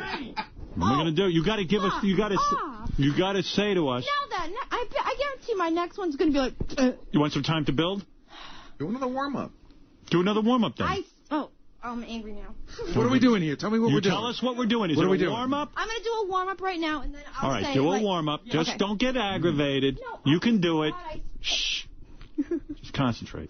I was getting it out. Wow, you beat it with 7 seconds. 7 seconds. Wow. 1 second more. 1 second more. All right, okay. Yay! Well, that's only one part of the competition. Don't get crazy. It's good. It's a start. All right. Wow, Abby. Can you believe it? I thought you good. had that locked. That was good. about? I can do better at loud ones. Okay. All right. Let's get to... what do you have next for us? Is it longest or loudest we're going? What are we going for next? Is the meter ready for loudest? Well, we ordered it 2 weeks ago, but it isn't ready yet. You're kidding. Oh, it's an idiot. 2 weeks ago. Who is holding this up? Scott, of course. No, it's working. It's working? Yeah, it's working. Okay, it's working. All right. Abby, you want to go first? Okay, what do I do? Just give us your loudest one. The meter right there. Yeah, that's going to measure... Whoa! I don't know. Wait a minute. What was that? I don't know how it works. Scott, come and tell us how it works. I see movement on a meter, like... What the hell was that? I don't know, Scott, come in here, and you're going to have to measure. We don't know how to measure. There's a million things going on. Is this it right here? That's it. Pull your dick out of your hernia. Yeah, that's... Okay, so that's it right here. Scott, can you read this? You got to look at it and see where it winds up. That's all. All right. You and Ganji stare at it. It should lock up. All right. It should lock? Okay, but wait a second. I'm going to make a big... Hey! It didn't change. So just look at it, and it should have changed, but it didn't change. What? It should have changed, but it didn't change. The red arrow didn't change. The red marker. Yeah. Oh, that red marker should change. It didn't, but hey! For some reason it's not changing. So it doesn't work. Well, we're getting level. You could just visually see where it goes to. Wow, but what if it's close? It's going to be close. And what if it's close? What's the matter? What's the matter? Eve's bummed out. Why? Oh, I'm not bummed out. No, if we can't get this thing working accurately and it's going to give negative results, why don't y'all just do hers first? Here's 1 second. And then you listen, and if mine's louder, say... We have to do official. This is a very official contest. We're aware of that as an option. We're aware of that. That's a last option. We don't want any argument. We're aware of just listening. All right, Scott, just stand there and measure these queefs, will you? Please. No, it's just supposed to show you how high it gets up on the scale. It doesn't show you, All right, Ganji, just mark it with tape. All right, Ganji's going to mark it. Here we go. We'll be accurate. All right, don't worry. Here we go. Let's go first to Abby. It works? Yeah, it works. Okay. Are you ready? All right, Abby, do you want a practice round? I don't think so. You don't? Okay, here we go. This is it. You ready? Everyone, please quiet down. I need absolute silence. Here we go. All right, mark it. What is the... How many dB is that? How many dB? That looks like it... 5. 5 dB? Yeah. Okay. 10, 11, 12, 13, 14, 15. No, that's 15. 15 dB. 15 dB. Okay, here we go. Yes. Just All tell right, me do you when. want to practice? Yeah, I'm gonna let it rip. All right. Where do you want the microphone? The front or the back? Because you're standing in a weird spot. So just you want it on the front or you want it on the back? Front. Okay. All right, here we go. You can get right in there. I don't care. This is for loudest queeps. My stomach's gonna distend. What do you got there, Gage? Lower. Abby takes it. Abby takes it. Wow. How much lower? Where did it mark out? How many dB? It was, God, probably a full minus 5 dB lower. So it was 15 to 10. 10 dB. Well, all right, girls, it's tied 1-1. This is going to be the tiebreaker. I forced it too fast. The most amount of queefs in 30 seconds. What went wrong there, Eve? I forced it too fast. All right, I should have done a warm-up, but... I told you to do a warm-up. You didn't listen. But, Abby, you're back in the game. All right. All right. Now for bragging rights and to go up against Debbie and for the $500 prize from B-Ceuticals. This is it. Okay. All right, Abby, you're up. All right, what am I just... Go as many queefs as you can. All right, it's going to be hard to count because they're real fast. All right. We'll try to keep up. We have 2 different people counting. All right. Wait a second. She just told me something. Say that again. What? I can do the longest, loudest, most interesting sounding queefs, but speed queefing is not my specialty. And I know you were going to do it. Somebody's choking. No, I'm not going to choke. I'm going to do my best. All right, good. Don't get nervous. Okay. Man up. Come on. I am. That's why I'm here. All right, you're our girl. Abby, you're our girl. May the best woman win. Okay, here we go. All right, here goes Abby. On your mark, get set. Longest is no problem for you. Very nice. And good sound quality. But unfortunately, Abby has the championship right now. Warmed up. Abby, you're going to go up against Debbie in the big queef so excited. You've earned $500 today from a great company. You've won $500 cash from B-Ceutical Organic Skincare Gift Set. Also, natural and organic personal care. B-Ceutical Organics. Go to healthfromthehive.com. Healthfromthehive.com. You can see our strobe light is going off. Hey, Howard. And you are a true champion, Abby. Congratulations, and we look forward to seeing you in the finals. You want to know what part of the show this is? Yeah. This is a part of the show where Eve explains to you how she's dead broke and begs you for money. No. Go ahead, Eve. I'm going to say... No, don't worry about it. I'm not embarrassed to say anything. It took... We know. No, it cost me $300. Gary, do we have a prize? I don't. That you don't have $500? That was literally the last one we had. I Here, I'll give you $500. Are you serious? Yeah, I mean, for crying... Oh, wait, are you going to try? Wait, oh, good. That's so nice of you. I had to rent a car, and it was supposed to be 3 of us going in on it, but my cousin backed out on me. She couldn't make it. Terrible. So Oh, stop! All right, now I'm not going to cry. Yeah, she was about to cry, Fred. Yeah, you ruined it. Fred! You realize Howard just reached into his own pocket to give you $500? That's amazing. I've never seen him do that before. Nobody's ever looked like her. Well, you know what, Howard? It really helps me out a lot. Why can't I have the buffet? All right, here you go. 3. I got to see if I have $500. 3. Motherfucker. Oh, I do. I have it. You wouldn't believe. I had to rent the car for 3 days, not just one. All right. I have no air. Here's your $500, too. Okay. Well, now I feel like you don't feel that bad. Well, she gets the title and the $500. Hey, I'm proud. Yeah. I feel good. You feel good? I'm off. Yeah. All right, good. Great. And thank you, Eve and Abby. Great Thank you matchup. so much, Howard. 2 true champions. I hate to see a champion like this broke. It's just very upsetting. It reminds me of James Buster Douglas. You need to get work at a strip club. You honestly do. Yeah. She's like Harmon Killebrew. I'm actually taking care of I'm actually taking care right now of an elderly quadriplegic woman. No, you need to strip. Who gives a shit? Yeah, that woman doesn't tip. Yeah, you need tips in the champagne room. Well, she's my downstairs neighbor, so it's easy. I guess if I had a pussy, you'd fucking give me the money. Well, That's right, I would, Jeff. Motherfucker. I'm sorry, Jeff. When did you get involved? I guess loyalty to the show for years means nothing. That's right. That's right.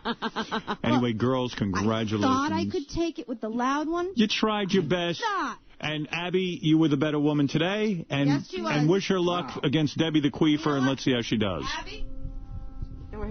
I knew you were going to blast me away, literally, with the speed queefs, and you did great. And I love that Eve's wearing no pants or panties. It's beautiful. I don't care. It was worth the money. And thank you very much, Howard. I appreciate it, because Will was concerned that I was even going to make it.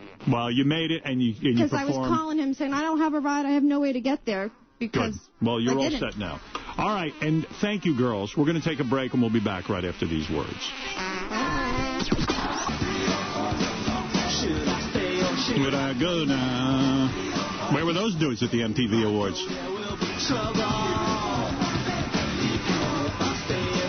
What's their problem? Where were they? Who are these guys? The Clash. The Clash, yeah. Where were they? One of them's dead. Oh. So they weren't available. The main guy's dead, Joe Strummer. Oh, well, then forget that. Yeah, but they were gone a long time before he died. I love the Clash. They were great. Good morning, everybody. I saw the Clash open for the Who. That's a concert, baby. Good thing I cleaned the queefers out of here because my chess teacher, mentor... Got him out before and How old are you? You won the trip down here? Yeah, I'm 27. Oh, you're 27. Oh, I thought you were 17 or something. Because Dan was telling me that like some kid won it, and like I should watch my language and say you're 27. Yeah. You've been around the block. Yeah, I actually lost to the kid, but you had to be 18 to win the trip, so I got lucky. I won second place. So. Oh, okay. All right. Well, this is Dan Heisman. He is, of course, he's related to the Heisman Trophy Heismans. Is he really? And the name isn't Heisman, it's Heisman. See? Well, who says Heisman? A lot of people say the Heisman Trophy. Heisman is how people usually say it. Yeah. Well, what is it, Heisman? Yeah. Heisman. It's not a Z. It's Heisman. The Heisman Trophy. I thought you were going Heisman. Hi Iceman. Hi Iceman. But, yeah, this is my chess teacher, Robin. Mm-hmm. The man who has brought me from 900 level to, like, 1,500 level. Yeah. And is there any more growth? Can you see future growth, or is that his full potential? We're shooting him up for 8 feet tall. Dan, really, I'm starting to feel like I think this is I've reached my peak of my chess career. I've kind of peaked. And there's some dude, you know that English dude I play all the time? Right. And he sucked? All of a sudden, he's ranked like 1650. I think he's cheating. I'm going to have you take a look at that. I think people cheat on there. Can you throw off the cheaters? Is there any way to catch them? Anyone who beats me, who formerly sucked, he cheats. I'm sure they cheat. I'm absolutely sure. But do you see growth? Like you said, I could someday be an 1800 player, maybe. Absolutely. Yep. Sure, because people hit plateaus and it takes them a while to assimilate their information. But as long as you're having fun, that's the important thing, just like the show. Got to have fun. Yeah, I'm not having fun. So 1800, is that a good thing? Yeah, I would like, if I was 1800, I'd be fine. Like, I'd be like, okay, you know what, I can hold my head proudly. Really? Yeah. What does 1800 mean? I'm like a turd on that website now. No, but what does it mean? It means like you know some stuff. Where does that put you in the community of chess players? Like you're better than most of the, other nebbishes on there, besides me. You know what I mean? Like, you can be sort of respected at 1800. What's your level? I'm about 2200. Oh, get out of here. Really? 2200? Yeah. And you don't cheat to get that rating? Do you cheat? No, but I've played for, 22 years. Oh, you started when you were a kid? Yeah. Yeah, cool. Dan, did you start teaching him when he was a kid? No, Adam wasn't from this area, so he just moved here recently. You're 2200? Oh, I hail you, dude. Awesome. Well, the kid that beat me was 2300, and he's like 16. No kidding. So, however good you are, there's always someone that can just kill you. So at the chess tournament, Dan was raising money for a good cause, for cancer research and stuff, because of his first wife who died of cancer. He's remarried? He's remarried. Lovely woman, Shelley. Shelley. Hi, Shelley. And, and so to raise money for cancer research and stuff. I've always wanted to ask, does Shelley mind that he still raises money for... The first wife? Sure, she does. She does? Of course. She must. Does she? It's like, enough with the first wife. Okay, we get it. You loved her. Move on with your life. I'm in trouble if I ever call her Holly. Oh, have you ever called your new wife your old wife's name? Well, yeah, of course, the names are so similar that your brain does that sometimes. Oh. Shelley, Holly. Yeah, you shouldn't do that. No. You did that? Boy, I live in fear of that. Of like, if I ever called Beth Allison. Now, that would be a real leap. You can't say there's any similarity there at all. I've had nightmares about that. Really? Yeah. And I haven't done it. But it could happen. I mean, because, you live with someone a long time. Sure. It's, you lapse into a part of your brain. Yeah. That would be bad. It would. I don't know if we'd recover from that. Because it would be something of what you're actually saying is there's something about you that's reminding me of that other person. That's right. You're 2200, dude. Yep. What's that feel like? It was pretty good, actually. I was about 2000 since the time I was in high school, and I never got any better. Yeah. What do you use, the French defense? What's your thing? No, I play, usually I play the Sicilian, so it's kind of a more, fighting, Sicilian. aggressive. I don't play that. No. You play French? I play French now. Uh-huh. I play Scotch. Okay. I don't know if you could handle my action, dude. Probably not. If I whipped out the Scotch on you, I don't think you'd know how to respond. Sicilian doesn't work well against Scotch? No, I play French because we surrender easily. Just like the I was real going to say, French sound like a lot of pussies. Right, that would be me. Running from the contest. That's my biggest problem, right, Dan? I'm not aggressive enough on the chessboard, I think. That takes time, and from looking at the statistics that you're already up to the average player. Oh, you're average. So that's pretty good for 1 year. 1 year I became average. Look at Adam. He took him 20 years. Yeah, what's with you? Yeah, I know. You're slow. That's the thing, if you get to 1,500 in 1 year, that's pretty good. Are you a super smart dude? I guess in a math way, I've always been pretty good at math. I have no math. Like, Dan starts to show me geometry with a knight around the board, and he goes, now imagine your mind, turn the board 90 degrees, and what do you get? I go, what's 90 degrees? I don't even know what you're talking about, dude. I just want to attack other pieces. Keep it real. So would you go to like a good college? I went to a small college in Colorado Harvard? Springs. No, I went to called Colorado College. You're not that smart. I had a chemistry scholarship what did he major in? Well, I was supposed to major in chemistry. I had a scholarship, and then I quit, and I finished a year early, but I majored in math instead. Wow. You see, that's why I'll never be any good. Finished a year early. Yeah, it was more because of laziness than anything else. It was I had to switch majors. So. I don't think there's ever been a disc jockey who's been good at chess. You'll be the first. I don't know. So what's the top ranking? I mean, what are those professionals ranked at? Well, the top player in the world has a FIDE rating in the 2800s. 28? 28. So you're pretty close. No. Like 22 to 24 is the same as, I don't know, like 1,000 to 2,000 almost. I mean, the differences get much higher as you get better, I think. You still love the game? Yeah, I still play a lot. Yeah. Dan's, what are you rated? I'm about the same as Adam. I'm in the low 2200s. Oh, really? Right, and of course, we're talking apples and oranges because your rating's on the ICC and his rating's on the USCF, so his rating's actually more like 2400 ICC. Right. And you can play blindfolded, right? Yeah, I can do that. You can, too? Yeah. I don't think Dan can do that. I played against the guy who was the 2005 UL. I mean, he can beat, a bunch of good adult players at the same time that are all looking at the board. So do you look at me like a turd because I can't even play? What am I, a patzer? No, I mean, if you've only played for a year, that's pretty good. Yeah, well, Dan can move the pieces telepathically. So you're not that good. I hate that. That blindfold, that's like when Jordan would shoot a foul shot with his eyes closed. Yeah. I wanted to fucking hit him with a shillelagh. Artie, you got to take up chess. I've thought about playing that game for a long time, ever since when I was a longshoreman. Guys played, and they loved it, but I just never took You the haven't plunge. gotten any closer. You bought a book, right? Well, Did you buy a book? Chess for Dummies. Yeah, I told him to buy Chess for Dummies. But I just haven't taken the plunge. It's like my buddies swear I love golf too. People tell well, people hire who know Dan. He'll teach you how to play. But see, the Golf? thing is about golf is you have to go somewhere. Yeah. This you could just sit at home on your computer. You could sit on your ass and eat. But I want to ask your instructor. Don't you find it takes away from the purity of it when people don't play on a real board? This bullshit computer generation. Come on.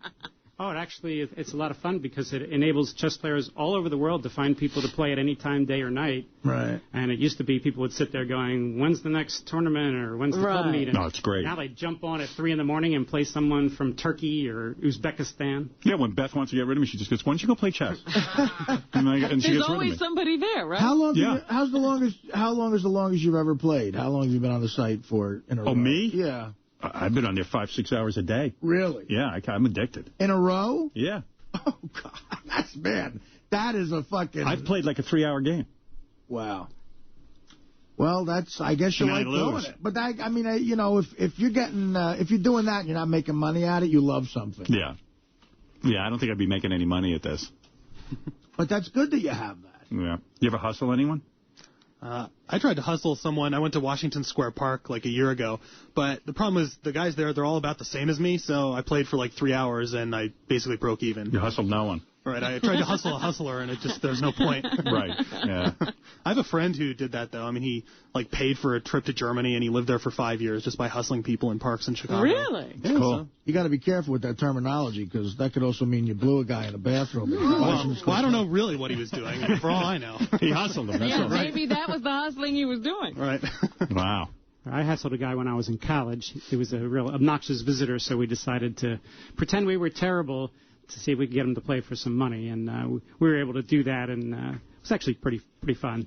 How much did you get? How much did you get? Oh, we must have won 4 quarters or something. Nice.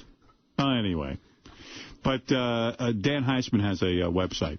Okay. DanHeisman.com. Go check him out. He's got his thing going on. And this is Adam, the great chess player.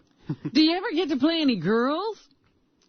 Maybe one out of 100 times. There's no girls. I played one girl, a married woman, who, I don't know, I think she's flirting with me. She doesn't know it's me, but I think I could get her. If you're on the Internet Chess Club and someone says they're a girl, there's probably only about a 5% chance that's true. Right. Really? Yeah, it's probably some dude talking to me. Yeah. Yeah, unfortunately. Yeah, when you look at a Playmate and Playboy's favorite things, chess is not usually in it. Yeah, I know. Sometimes I look at Beth and I'm like, why am I playing chess? I should be in a bedroom with her somewhere. It's my problem. There's something drastically wrong with me. You already won. But I love it. I'm single-handedly bringing back chess, Robin. There you go. Yeah. Somebody had to do it. I had to do it. So that's that. Well, welcome, guys. And it's for a good cause, and I'm glad you're here visiting the show. And it is weird to see Dan in person because I talk to him on the phone like every day. But you had met. Oh, yeah, we met. Beth got me the best birthday gift. She gave me the gift of Dan. I remember that now, yeah. Dan came to the city and taught me for a day in person. And it was great. And I've lost 20 pounds since then. Yeah, you have. Yeah, you look good. Wow. Why? Were you getting into health there, Dan? Or? Yeah, I had three operations last year, so one was on my knee, so I couldn't even walk, so I gained a lot of weight. So you're all better now? Yeah, I went on an exercise program. Yeah, every time I try to book a lesson, he's busy exercising. He's walking. You want to make some money or you want to exercise? Tell him to get back here. Yeah, get in there. But he's a good teacher. A really great teacher, actually. Yeah. Yeah, I mean, you take an imbecile like me and you get me up to 1,500 level. That's pretty good. He must be good. Yeah. All praise to him. So anyway, getting back to the regular show. Not my chess history. The chess show. Let me just play a couple of things that have been laying around here.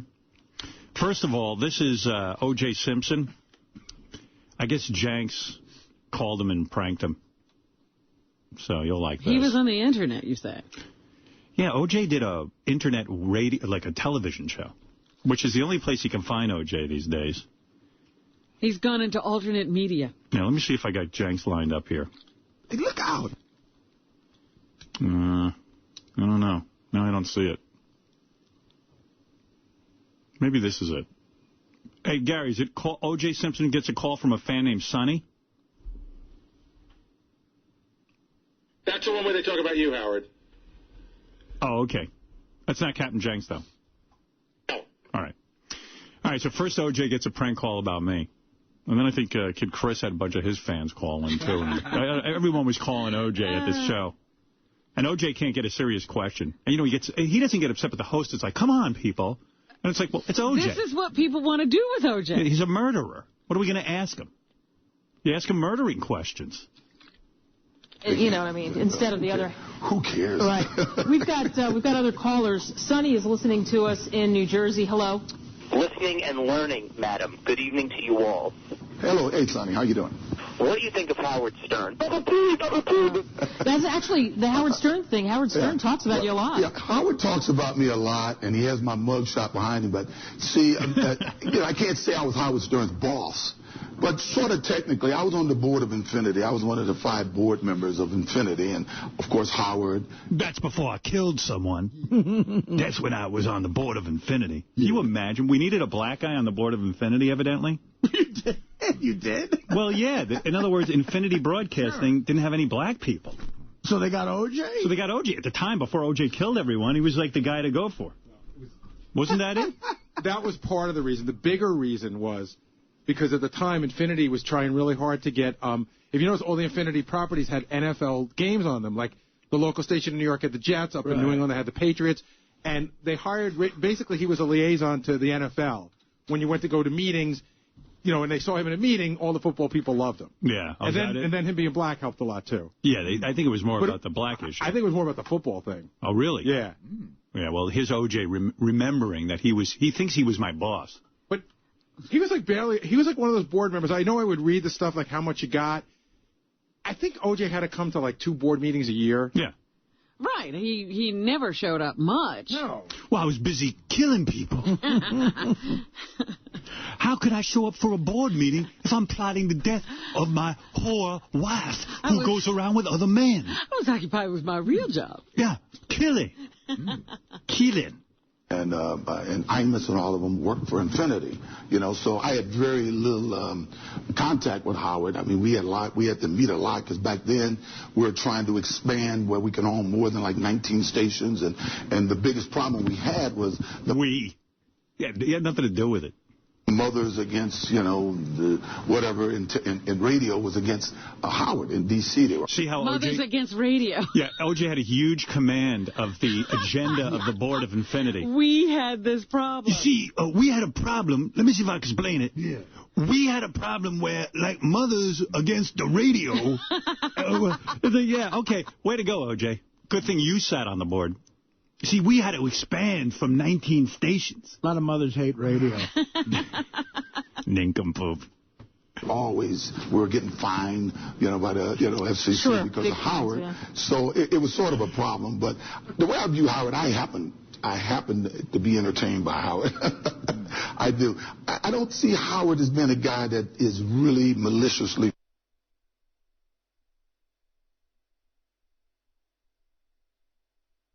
mean. Generally what he does has a certain air of humor about it. But even though he says, I'm the king of all media, I think he says that with tongue firmly in cheek. You think so, OJ? Brilliant. It's the people who... You know what I hate about Howard, though? He never killed anyone. Like, he's so angry, but he never kills anyone. How could he be the king of all media? Yeah. He never stopped a basketball game. I'm the king of all media. Running away in his Bronco. Yeah, I'm a king of all media. I killed 2 people. Oops. The guy that we heard who really think their opinion is the only opinion, and they're the only opinion that could be out there, that anybody who tries to show the other side is... So OJ likes my kind of broadcast because I don't take myself seriously, but even though you were a big problem. But a Rush Limbaugh, a big idiot like that, upsets OJ because he always thinks his opinion is right. Right. Even though, I was a big problem. Yeah. When we was trying to expand.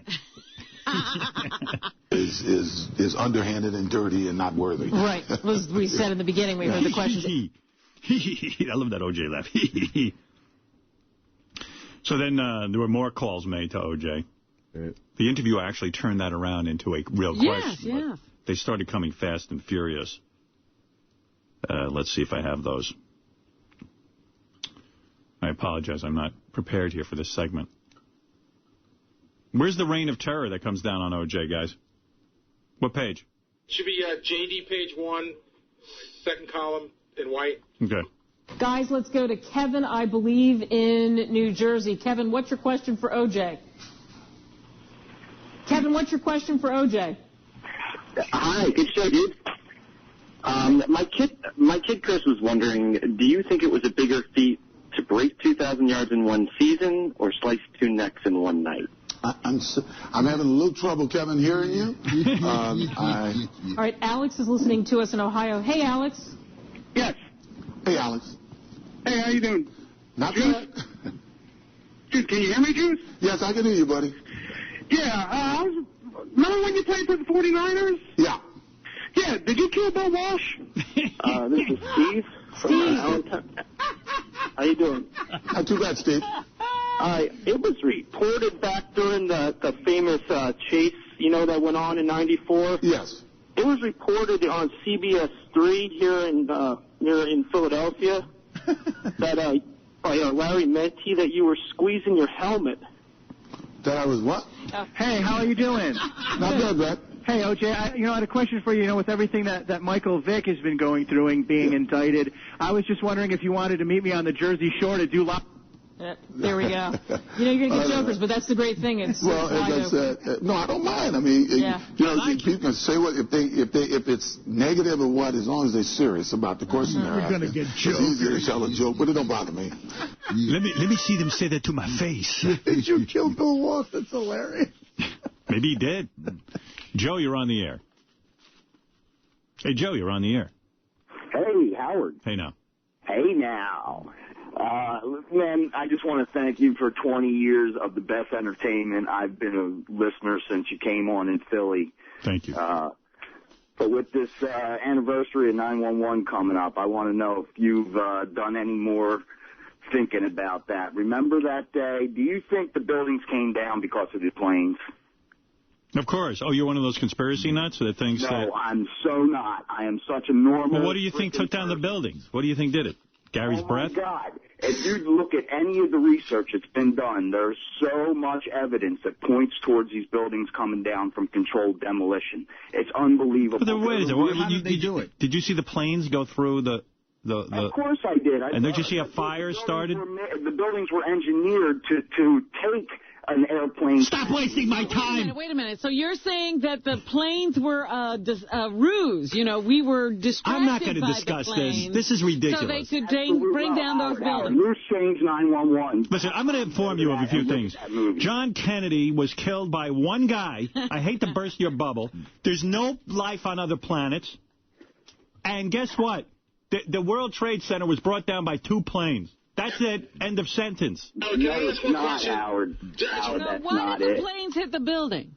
Why? Because every time that this country has ever gone to war, there had to be some kind of pretext incident. And this was the one that You think Dick Cheney dreamt this up? I don't think those guys are even that motivated. enough. Well, then why did Building 7 come down? And why did the guy who just bought it and put a $30 billion or $trillion... I got to get out of this. You know why? Because my life's too short. I got to go study the French defense, the chess. Oh, my God. Get out of here. Get out of here. Have you thought about it anymore? No. These conspiracy nuts, I hear them all the time. The world isn't that interesting. So basically what is he saying? He's saying that the United He's saying States that orchestrated... Bush and Cheney got together. They said, let's bring down the World Trade Center. So the planes went in there, but that wouldn't have been enough to take it down. We had to kill a whole 3 plane loads of people. So they went over, and they found some Muslim-looking dudes. They stuck them on a plane, had them hijack the planes. But that was just a ruse, because those never would have taken down the buildings themselves. Two jumbo jets filled with fuel. Planned demolition. This guy's a lunatic. He's sitting at home. He has no job. What's he doing calling me? I'm at work. I'm working. He's not. And don't you think the guys that were in charge of pulling the switch would have let pretty much everyone get out of there first? Right. Why would you? I see these people. They're waiting. They go to that Roswell every year. Yeah. They're staring at Roswell. They're waiting. They believe a ship landed. First of all, if a ship landed, it would land right in Times Square, Manhattan. Why would I? If I was an alien, I was a superior being. I had the technology to land here. Why would I land in a fucking cornfield? Oh, yeah. Of course. I would land in the middle. I would take over. And why would you talk to the people you talk to? They always show up on talk shows, and nobody's ever talked to them before. You ever see the imbeciles that these aliens choose to talk to? Why don't you talk to a young guy like this who plays chess? Bright guy who could... Exactly. He talked to Riley. Suck a muckagus. Suck a muckagus. People nobody else wants to talk to. Yeah.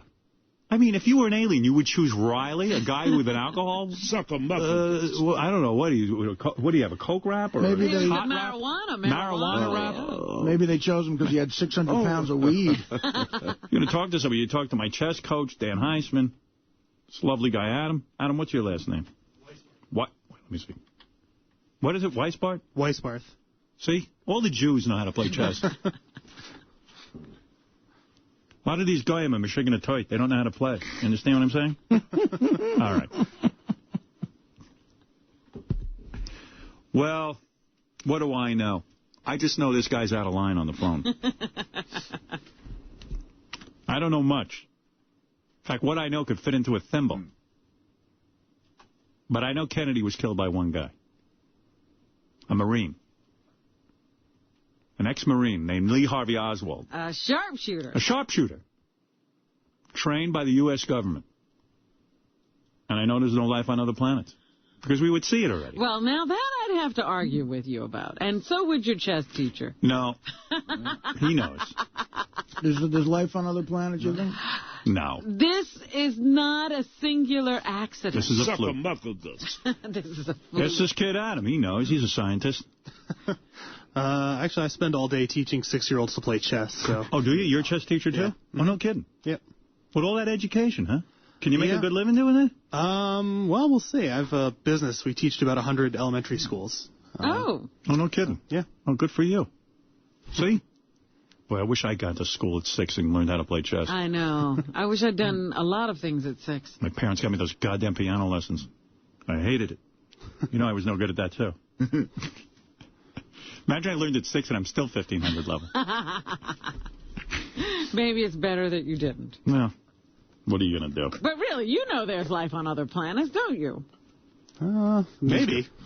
No. I don't know how you know either way. I know. Trust me, I have my own radio show. I've learned a few things. Yeah.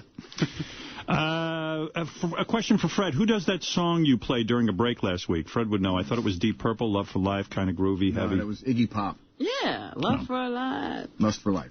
Lust for Life. Or whatever. There's the answer to your question. I received overwhelming feedback on Jackie the Joke Man Martling's CD. What was the feedback? His songs are horrible, but they sure are a hell of a lot better than his horrendous joke CDs. And yet another one. Is Jackie kidding? How narcissistic do you have to be to think that anyone would want to hear that shit? He should take those horrible CDs and heap them in the same pile with his career. So the people were not bowled over by Jackie's new music. Some people suggest I should just get a vasectomy. Some people suggest Lisa G does have a crush on Artie. Oh. Okay. Mm-hmm. It says here Lisa G is definitely in love with Artie. Oh, I'd love an office romance going on. Remember when Artie was breaking up with Dana and Lisa was making all those treats for Artie, chocolate-covered Twinkies and cookies and such? She knows muffins are the way to a man's heart. So there it is. It's another... Maybe she's upset that you didn't take the bait. By the way, Irish John won the opportunity to go after Jackie's wife and possibly have sex with her. When is the Dial-A-Date? I think next week. This week. This week. Here's a comment on Irish John. I just saw Irish John's picture on Howard's website and thought, wow, Halloween came early this year. God damn, that's an ugly motherfucker. That's what it says here. Oh, my goodness. I think she took Artie's recommendation. What? When Nancy was trying to determine if she should take Irish John, you stood up for him. Yeah, no, I like the guy, but I didn't know that was in question. I thought that we've known that for a while now, that she was going to be with John. And who were the other two? There's two other guys? Two other guys. Universally, everyone agrees that they don't care if Joey Boots is gay. I do. And they don't want to see him making out with another man. But I will guarantee you this. That'll be so highly watched. Joey Boots' episode will be the number1 most watched show on Howard TV. I guarantee it. You will not believe it.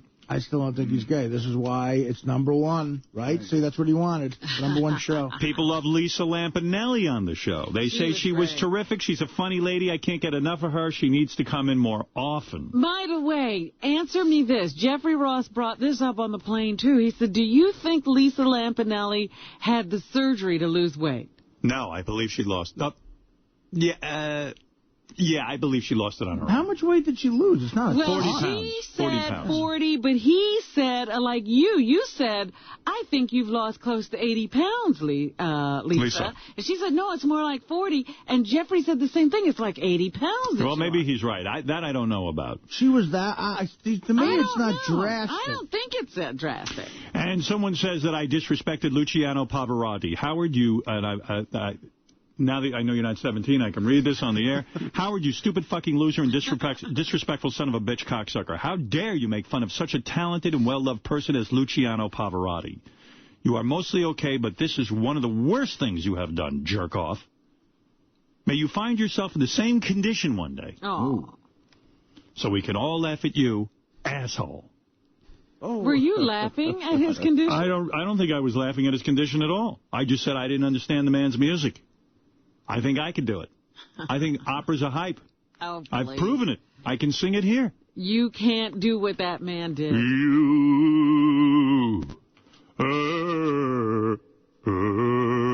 You're using electronic effects. That's I rest true. my case. So did he. And people say Robin has been very mean to me lately. It's time to repossess Robin's car. What did I do? How do you put up with that crazy jackass Robin? Repo that car immediately. All that money she made off of you for the past 20 years. I don't know what you did. Said you disrespect me. Oh. Everyone else, including Fred Winprobe, shares their personal... Oh, because you won't share your personal story about dating Jim Florentine. Robin... Look, forgive my language, but it says here, Robin is such a cunt. And by the way, I've never heard my chess teacher curse. Ever. Is that right? Have you ever cursed? No, but I do quote people. Yeah. Right? Have you ever heard this guy curse? Nope. All right. You offended by cursing? No. No. Okay, good. All right. Robin is such a cunt. Everyone on the show opens their life up to your fans. Who does she fucking think she is? This is ridiculous. The thing I object to is this news department stalking me. End of story. That's why I've clammed up. All right. And, by the way, finally, this guy says not only is Amy Winehouse on opiates, so is Artie. Did Artie totally nail himself on Wednesday? He commented about Amy Winehouse and missing gigs. He said it's opiate-related. Well, meanwhile, Artie sleeps for 34 hours and misses a wedding. Artie, are you off heroin but on a different opiate? Just curious. It seems your subconscious may have outed you. Wedding ain't a gig. You show up for every gig. I reminded people of that. You ain't making no money at a wedding. Right. It's by the way, you money. Maybe in honor of my guest today, I should play the chess prank call. Shall I play that? You know there's a chess TV show? A chess channel or something. Yeah, let's play that. I'm gonna give you that Chess one right public now. access show. All right, here we go. In honor of you guys and your visit today, Dan Heisman and Adam. This is a chess... Look at what would happen to you if you ever got a public access show. If you got a public access show, you'd hear from my fans. Let me see if I can play this here for you. All right, in brown. And you know what they say, if it's brown, get down. I don't see it. Okay, here we go. Welcome to the Chess Now show. The lines are open for New York callers to phone in and play a move. Do we have a caller? All right, wonderful. Hello. Hi, how are you? Okay, what's your name? My name's Rusty. Okay, Rusty. You play chess often? I do, and I had a chess question. Actually, it's a problem I have. Okay, what's your problem, Rusty? Well, I'm watching this show, and I keep knocking the chess pieces over with my boner. Oh, I think we've heard enough from you. All right, guys, as you can see, I've made my move. I'm waiting for one of you. Hello. Hello there.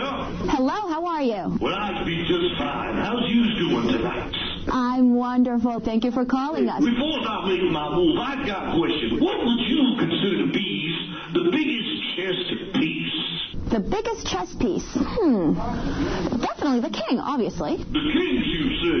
Yes. Sweet Jesus in heaven. You ever stick that big old king in your pussy? All right, some serious callers, some people who are really interested in playing chess right now. Give us a call. Hello? Hello, Jerry from Staten Island. How are you? Hi, Jerry. How are you? Very good. All right, Jerry. Any move you want to make? Yes, I want to move my cock in your... Okay, it's inappropriate.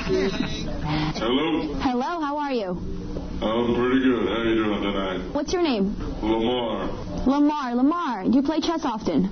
I sure do, but right now I got my fist up my ass. All right, hello. Hi, how are you? Doing well. What's your name? My name is Jerry. All right, Jerry. Do you want to make a move? Yes. Where would you like to go? I like to move my finger in your asshole. Give us a call. Hello? Hi, Cindy. How are you? I'm doing well. What's your name? Ethel. We're playing white here, so what would you like to do? Do you want to make a move? Yeah, I just wanted to say I love the show. I'm watching with my grandson. I bought him a chess set for Christmas. Oh, that's great.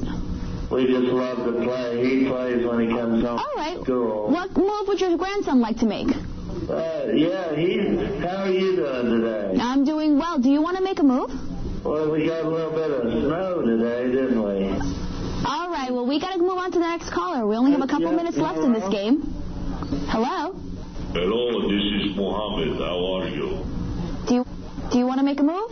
I want to blow up your pussy. Thank you so much for joining us tonight. We appreciate everyone who made an effort and gave us a serious call and made this game exciting for everyone else who was watching.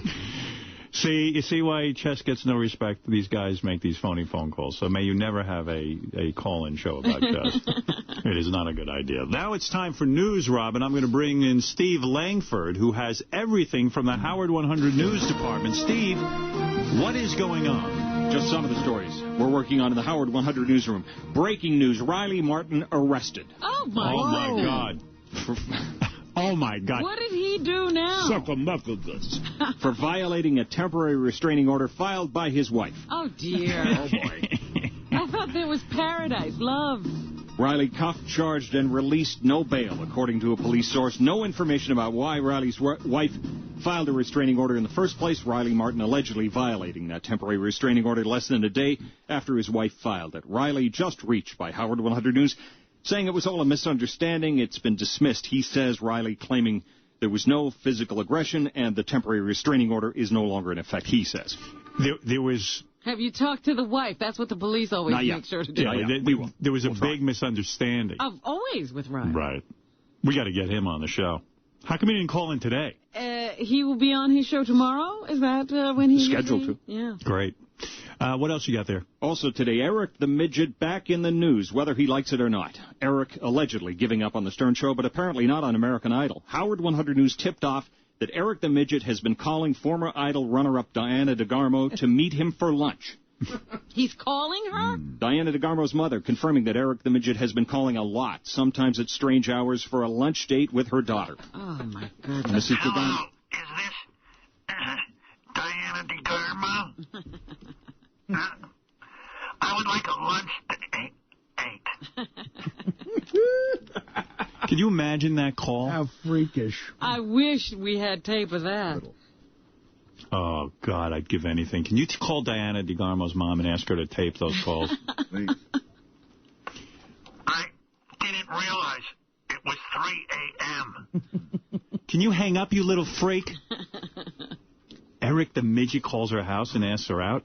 Yeah, repeatedly. Wow. Mrs. DeGarmo telling Howard 100 News she's not sure Diana will have time to meet Eric the Midget. Diana's mother not commenting when asked if Eric the Midget's calls are making her uncomfortable. Wow. What do you think? Let's see. Eric the Midget's calling. I wonder if I feel uncomfortable. Calling my home. What else you got for us, Steve? The latest Stern-inspired internet site, sternpolls.com. Online opinion surveys on all sorts of Stern world questions, such as, should Howard quit taking Ralph's phone calls? Almost evenly split at this point. Best Stern-related show, overwhelmingly, the wrap-up show. And is Richard Christie gay? Over 3/4 believe he's either completely gay or at least bi-curious. By the way, the creator of sternpolls.com admitting he got the idea for his website by hearing the Howard 100 News Daily poll. Yeah, I believe that Richard Christie is bisexual. They think he is still? According to the people who answered the survey. I happen to believe that. What else you got? Stern News, you know, to the Howard 100 News tip line 877-33 Sirius, choose channel 100, or email us at howard100news at sirius-radio.com. All right, thank you, Steve. Let's go over to John Hine, who has the wrap-up show every day at 11 o'clock, or as close as we can get to it. Johnny Boy. In a surprising upset, phone caller Abby defeated Eve in the queef-off and earned the right to take on number 1 seed Debbie. Did you ever think that would happen? You know, it's been a strange season for upsets. We'll talk about the details of the queef-off, the controversy surrounding Eve's warm-up, which ended up not counting, if Scott's hernia affected the meter and why things weren't all working, and the implications of Howard giving Eve $500 out of his own pocket for her troubles. I felt bad for her. That's it. That's my only comment. You okay? Yeah. You said you weren't going to do that again, but you're... She started crying. Jesus. I guess you don't feel bad for me. You know, I really don't feel bad Why do you do this for me? What else? Howard had a nice time at Beth's brother Doug's wedding, but he realized that he has some tough cuts to make himself. You're in. Don't worry, John. You're coming to the wedding. I appreciate that. Yeah. We'll talk about who's on and off the list, how everybody feels about that second-tier lottery that you had discussed. Well, we'll lottery off one visit to the wedding for second tier. Is that with guest or just... With guest. With guest. Yeah. It's going to be a beautiful lottery. It's going to be the height of my own narcissism. What else you got? And one last thing. Ralph told his side of the Tom Petty-Contra story on Superfan Roundtable, and everybody in the studio still can't believe what he had to say. We'll discuss how outrageous Ralph's comments were even for him, how he said that he's embarrassed working on the show, and if what we heard today proves that Ralph indeed has a sense of entitlement. You playing chess still? Not as much. See, this guy right here, I got him on the Internet Chess Club, ICC, starts playing, and he gave up already. I didn't give up, but I'm certainly not on as much as you are. No, I'm on all the time. Yeah. I got 3 different names on there. People don't even know when I'm on there. But you're up to 1,600 or something. I was, and I dropped a little. I lost some confidence. Yeah, I'm struggling at 1,000, so you guys are way out of my league. I look at you like you're a flea. I could whip your ass blindfolded. You could. You beat me. I finally got someone I can beat. I want to play you so I can just beat your ass. Could pump you back up again. I need some confidence building. All right, I'll log on. All right. That's 1,000, you dummy. Why don't you take some lessons and get better? I guess I haven't made the time to do it. Right. Stop running around with your druggy friends. Really? Right. Get a life and play some chess like a man. What else? Anything? No, that's it. Plus everything else you talked about today. It's a great show. 11 o'clock, John Hein hosts not Superfan Roundtable. No, what is your show called? Wrap-Up Show? The Wrap-Up Show. Okay, great, Johnny. Thank you. You got That's Johnny Hein. And don't forget, tonight at 7 o'clock, our own Chuck Zito on Howard 101. Very, very important. Great show. Let's go to Jeff the Drunk, who wants to say hello. Jeff? Good morning. All right. How you doing? I'm fine. That's good. Hey, Artie. How's your ass, Jeff? All right. Yeah, what's up? Are you doing that Thanksgiving show? Thanksgiving show? Do you have a show scheduled for? Oh, Are you going to Iraq? I'm actually waiting to hear back from the Defense Department has to get involved. I don't know. Jeffrey Ross has been over there a number of times, and he said, I would be concerned about